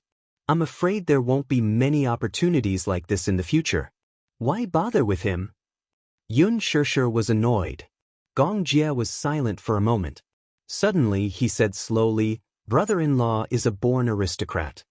He should have been born with a golden spoon in his mouth and be loved by everyone."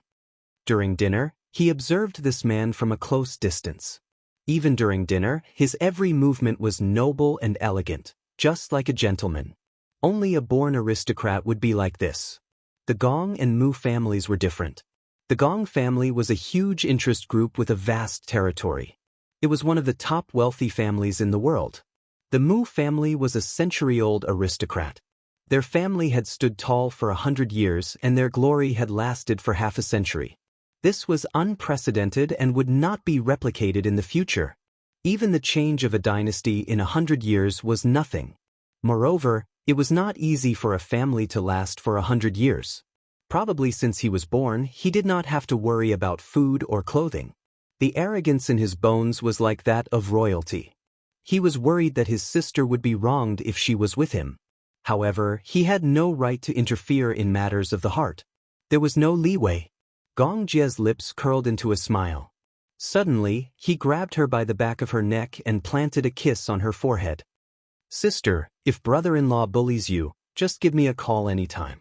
Xianxia was speechless. She was stunned for a moment and laughed. "All right, Xianxia. Don't worry about this." "How can I not worry about sister's matters?" Xianxia was helpless. She felt warm and complicated at Xianxia's protection. She only urged him, "It's late. You should go home. Remember to rest early."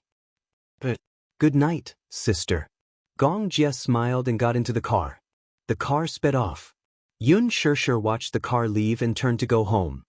After leaving Xiangdi Walk, the Mercedes-Benz drove to the provincial road. Finally, it stopped at a remote place by the roadside. Xianxia alighted from the car and took out a cigarette box. With a flick of his wrist, a cigarette popped out. He casually held it in his mouth and lit up the cigarette with a lighter. Smoke rose in spirals, and sparks flickered in the dark night. Not long after, a jeep followed closely behind and stopped at the side. After the engine was turned off, there was no movement. With a cigarette in his mouth, Xianxia slowly stuffed his hands into his trouser pockets and strolled to the side of the car. He lifted his long leg and kicked the car door fiercely. His strength was especially fierce. With just one kick, the car door was slightly dented.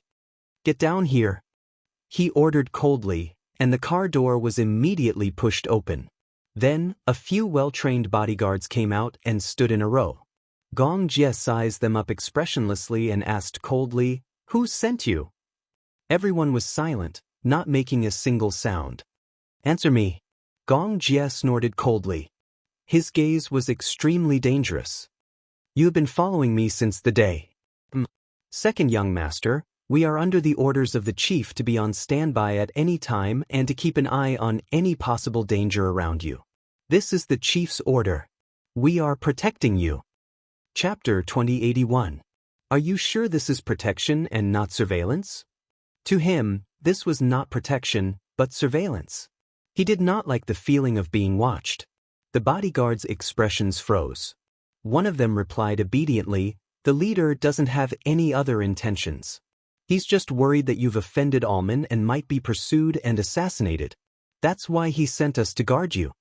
Gong Jie's expression softened slightly. A while ago, he had indeed offended the leader of an arms group.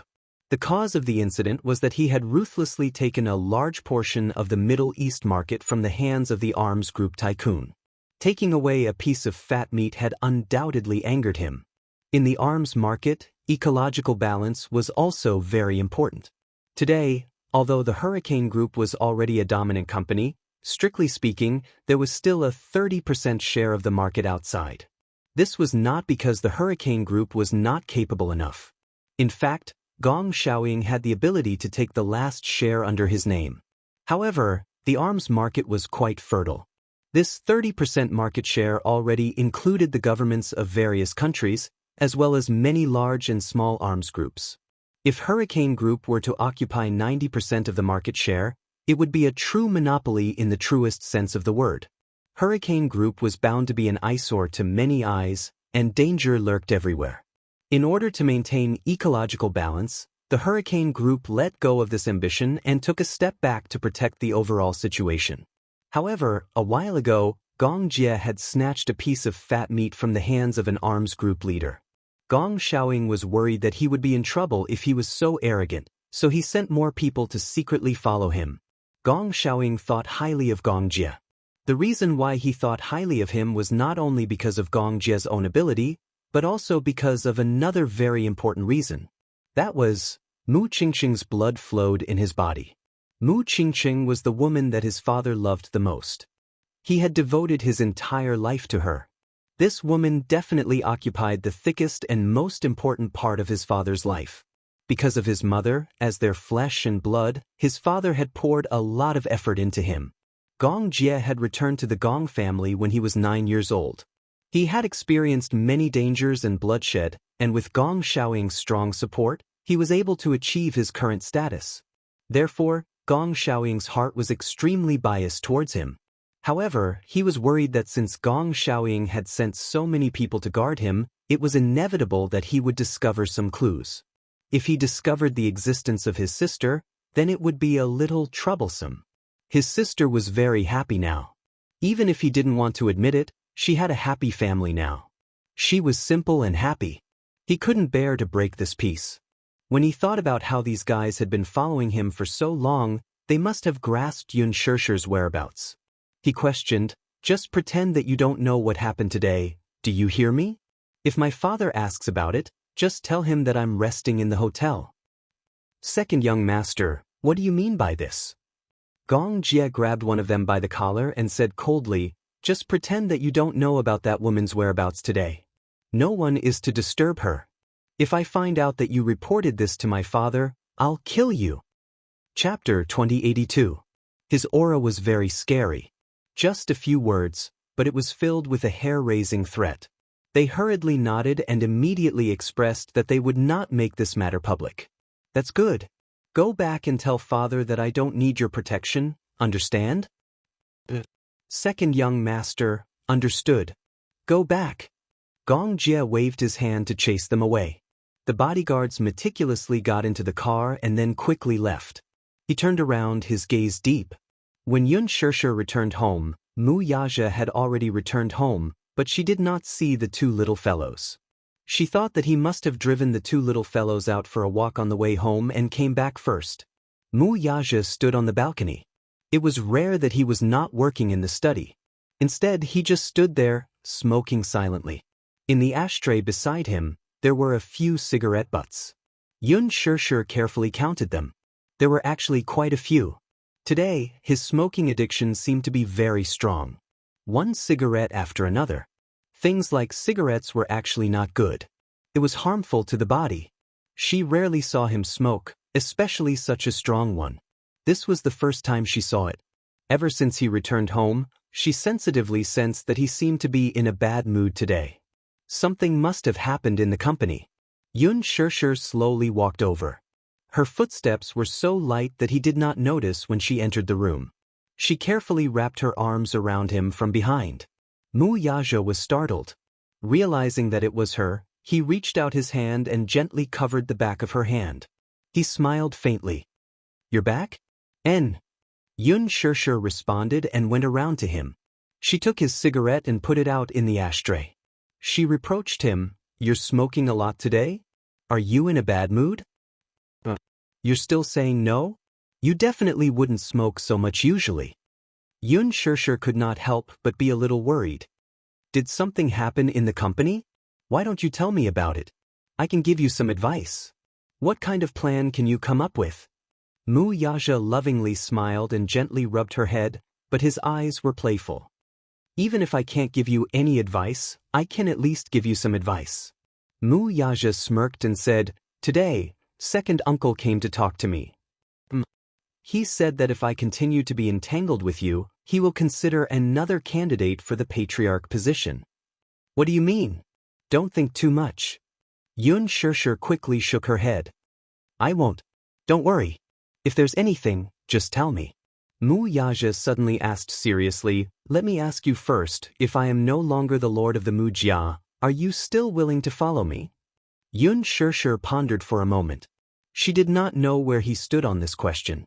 After a moment of silence, she smiled and said honestly, "I didn't choose to follow you because I coveted the patriarch position. At first, I chose to be with you because I wanted you to have a father.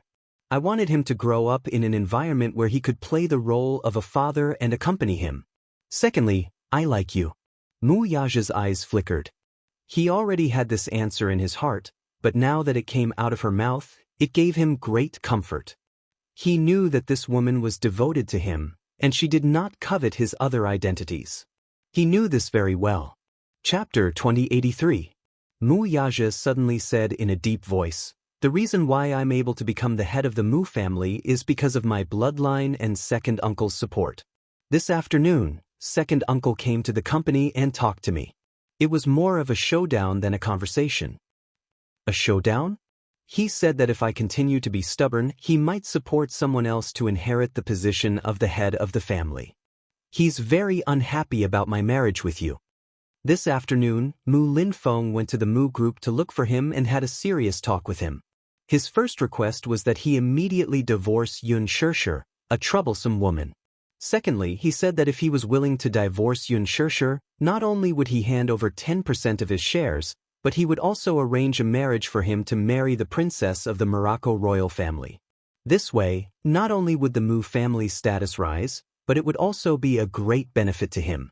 If it had been a few years ago, he might have expressed great interest and would not have needed to think too much about it. He would have agreed very quickly. After all, it didn't matter who the marriage partner was. As long as it could bring him benefits, it was enough. But now, he didn't think so anymore. He could lose everything, but he couldn't lose her. Wuxia rejected this condition without thinking. Mu Linfeng immediately showed great disappointment. Wuxia knew that Mu Linfeng was already very disappointed in him. He had already done his best to come to this point. What he needed was not an outstanding head of the family, but an obedient chess piece. Unfortunately, he wasn't such a chess piece. Thus, Mu Linfeng wanted to support Mu Yanqing to become the head of the family. Even if he didn't say it explicitly, Wuxia already guessed the answer. Everyone in the Mu family, especially the elders of Mu Linfeng's generation, had different thoughts about him. Ever since he became the head of the family, his actions were too big, so much so that Mu Linfeng developed a great hostility toward him. In fact, Wuxia originally wanted to leave the Mu family and seek another world, but now was not the best time. Although the Xinyu financial group under his name was of a decent size, it still lacked a lot of resources. Relying on the Mu family, he couldn't let go of the position of the head of the family. Originally, his plan was very good. Everything was going according to plan. Only Xianxia's appearance was outside of the plan. Because of her, he had angered many people. In the eyes of these people, he could no longer be tolerated. They wanted to eradicate him and kick him out of the Mu family. Yu had already considered this issue and had discussed it with him. Yu had also stated that as long as Daddy needed it, all the forces under his name would be at his disposal. However, Wuxia was arrogant, especially when it came to his career. How could he rely on his son? He refused without thinking. He had accepted his son's kind intentions, but he had not reached the point where he needed to rely on his son's influence to expand his territory. However, this point was still within his grasp. If Mu Linfeng ignored the big picture and was bent on eliminating him, in the end, both sides would suffer. Moreover, the Mu group's vitality would be greatly damaged. Without him, the Mu group would only turn into a ruin. Chapter 2084. The horn of war had already sounded. What was coming next might be an extremely cruel war, but he was not afraid at all. Xianxia held his hand and smiled. No matter what it is, I'll face it with you. Wuxia held her hand and pulled her into his embrace, kissing her forehead. As the new year approached, Xianxia was already prepared to buy New Year's goods. She found out that there was a mall that was offering discounts for the entire store. In order to welcome the Lunar New Year, the items were very cheap and were worth the price. Hence, she specially called Wuxia and asked him to come home earlier tonight. It just so happened that Wuxia returned home early at 6 o'clock in the evening. Yun Yeqing and Yun Yeho were also there. After a hearty dinner, the family drove to the mall.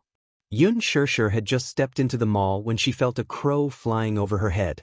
Have you ever seen a mall without a single person? The first thing she saw when she stepped into the mall was a mountain of goods with discount signs hanging all over it. However, other than the festive music playing from the loudspeakers, everything else in the huge mall was silent. Other than the salespeople and employees stationed in the mall, there was no one else. Xianxia was nervous for a moment. She thought that the mall was not open for business, but there was no sign at the entrance saying that it was closed today. She went to the service counter to ask about it, but the first thing the attendant said made her feel like she was in a dream. You're Madame Xianxia, right? How do you know my name? Xianxia was stunned. She smiled and explained, in order to welcome you and not cause you any trouble, the mall has already been cleared according to Chairman Mu's instructions. Cleared. Xianxia's eyes widened. At the side, Xiao Yichen and Yu curiously leaned on the counter. They sized up the mall and instantly understood what was going on.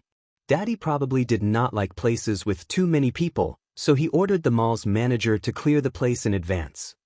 Mommy is a public figure. Yu reminded her kindly, Daddy must be afraid that there will be too many people and it will cause unnecessary trouble. That's why he ordered them to clear the area. That's so boring. Shopping for New Year's goods has to be done in a crowded place to enjoy the new year. Xianxia said with some frustration. In fact, she was fully prepared when she left the house. She was fully armed and equipped with everything she needed. However, when she walked into the mall, there was no one there. She had been eyeing them covetously and waiting for them. In the end, Xiao Yichen covered his mouth and snickered. Looks like Daddy's good intentions have backfired. Yu said, actually Mommy, this is not bad. After all, if there are too many people it will indeed bring a lot of trouble. Xiao Yichen added, that's good too. Mommy, we can shop for New Year's goods in peace. Xianxia nodded. All right. She wondered if it was worth it for Wuxia to clear the place. She had originally found a mall with a higher discount to save some money. If he had paid a hefty price to clear the place, then in the end, wouldn't it be not saving money but spending money instead? Yun Yeqing walked over and said, this is a small token of appreciation from Yaxia. Sure, you're earning a lot now. There's no need to care about such trivial matters. It's rare for the family to gather together to shop. This is the main purpose. Xianxia thought that it made sense. That's true. Chapter 2085. Xianxia smiled. Holding the little lads in each hand, she said to Wuxia, let's go in. Wuxia walked over and gently took Yu's little hand from her. Yun Yeqing pushed Yun Yeho's wheelchair, and the family entered the mall in a grand manner. Other than peanuts, melon seeds, and pistachios, they also prepared gifts for visiting relatives and friends during the new year. Xianxia did not have many relatives, but it was unavoidable to buy some gifts during the festive season. After buying a few big gift bags, Xianxia was in high spirits. In the past, the end of the year was the time when she was most worried. She needed money to buy new clothes for the new year, from down jackets to pants to new shoes. It was a huge expense. Every year after the new year, she would be strapped for cash and feel very cramped. Although Yu would receive a lot of red packets during the new year, and some of the wealthier relatives would give red packets of a few thousand yuan each, Xianxia had never touched them. Instead, she opened an account in the bank and deposited them. Now, there should be a sizable sum in this account. Now that she had earned a lot, she no longer needed to shop around and compare discounts before making a decision. If she saw something she liked, she would just add it to the shopping cart. After shopping for the New Year goods, Xianxia led the family to Brand Street to buy new clothes. She suddenly realized that Wuxia was very particular about his clothes. Which suit in his closet was not handmade by famous brands? Which one of them did not cost tens of thousands? Although there were many luxury goods on Branded Street, these branded stores paled in comparison to the ones he was wearing. Xianxia could not help feeling a little uneasy. She walked to a men's clothing store and carefully probed, "Do you like the clothes here?" She originally thought that he would not like them and reject them in disdain. Unexpectedly, he took a serious look at them and said with interest, "Let's go in and take a look." But Xianxia smiled brightly and held his hand as they walked in. The clothing store was selling overcoats with good designs. All of them were slim fit and complemented one's physique well. This was especially so for a tall man like Wuxia. Even the supermodels in the fashion shows could not compare to his aura when he put on these overcoats. Xianxia picked a few designs and asked him to try them on. Wuxia patiently tried them on one by one. It wasn't the first time she had bought clothes for him, but it was the first time she had bought clothes for him that cost at most a few thousand yuan. She didn't know why, but she actually had the ability to buy him those big brands, but when she saw him wearing the brands that he liked, which were slightly less impressive, she felt that their worlds were finally on the same level. It was as if he had integrated into her world. This kind of intimacy was indescribably warm. While Wuxia was trying on the clothes, Yun Yeqing pushed Yun Yeho to the other stores to look at the silk quilts. Xianxia and Yu sat on the sofa and waited. Xianxia, too, went through the clothes one by one, wanting to choose a few that were more compatible with his aura. She didn't put on any makeup when she went out today. She was completely barefaced, and she was wearing a very low furry hat and a pair of glasses. Therefore, she didn't look as bright and beautiful as she usually did on the screen. Instead, she looked more reserved and gentle, which was unique to women. She didn't look as dazzling as before. Chapter 2086. Try this one on. Xianxia picked up a long trench coat. Wuxia only nodded lightly. Okay. He took the coat and walked into the small fitting room. Xianxia couldn't help but worry that he would hit his head. The shop assistants didn't recognize her at first glance. Blushing, they went up to her and asked softly, pretty lady, is this handsome guy your husband?" Xianxia was a little uneasy. She was a little worried that they would recognize her. However, when she saw the stunned expressions on their faces, she guessed that they were probably focused on Wuxia and didn't notice her. She smiled and said, "Yeah, he's my husband. But he's so young." "I knew it. I could tell at a glance that they're a young couple. Don't they say that people in the city get married later? Why are they getting married so early?" Young couple. Xianxia's heart was suddenly warmed by this word. She loved this feeling so much. She held his hand openly and said righteously, "This is my husband." This feeling was pretty good. Yu snorted and said to the shop assistants, "My mommy looks very young, but she's already in her 20s. Xianxia added, "Yeah, daddy and mommy are almost in their 30s. They're not young anymore." Xianxia glanced coldly at Xianxia. This guy was marked by the company he kept. After being with Yu for so long, he had learned bad things from him. He was so sarcastic and not cute at all. The shop assistants were shocked by the two little kids' cuteness. They covered their faces and exclaimed, "Pretty lady, are these two little kids your sons?" Xianxia nodded. The shop assistants were extremely envious. "Oh my God! They're so beautiful! They look just like those mixed-race celebrities on TV. Look at their big, bright eyes. Especially their eyelashes, they're so long and curly. Yes, if I could give birth to two such cute twins, I would wake up laughing in my dreams. At the end of the day, it all depends on your parents' genes.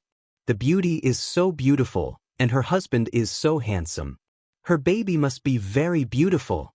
As salespeople, their mouths were as sweet as honey. Moreover, what they said was also the truth. Yu and Xianxia had inherited Xianxia's bright eyes and Mu Yaja's handsome features. Therefore, even though they were still young, they could already imagine how handsome they would be when they grew up. Xianxia was very satisfied. Any mother would feel happy if her child was praised for being cute. She couldn't help but pinch Xianxia and Yu's cheeks and complained, "These two little guys are cute, but sometimes they're mischievous.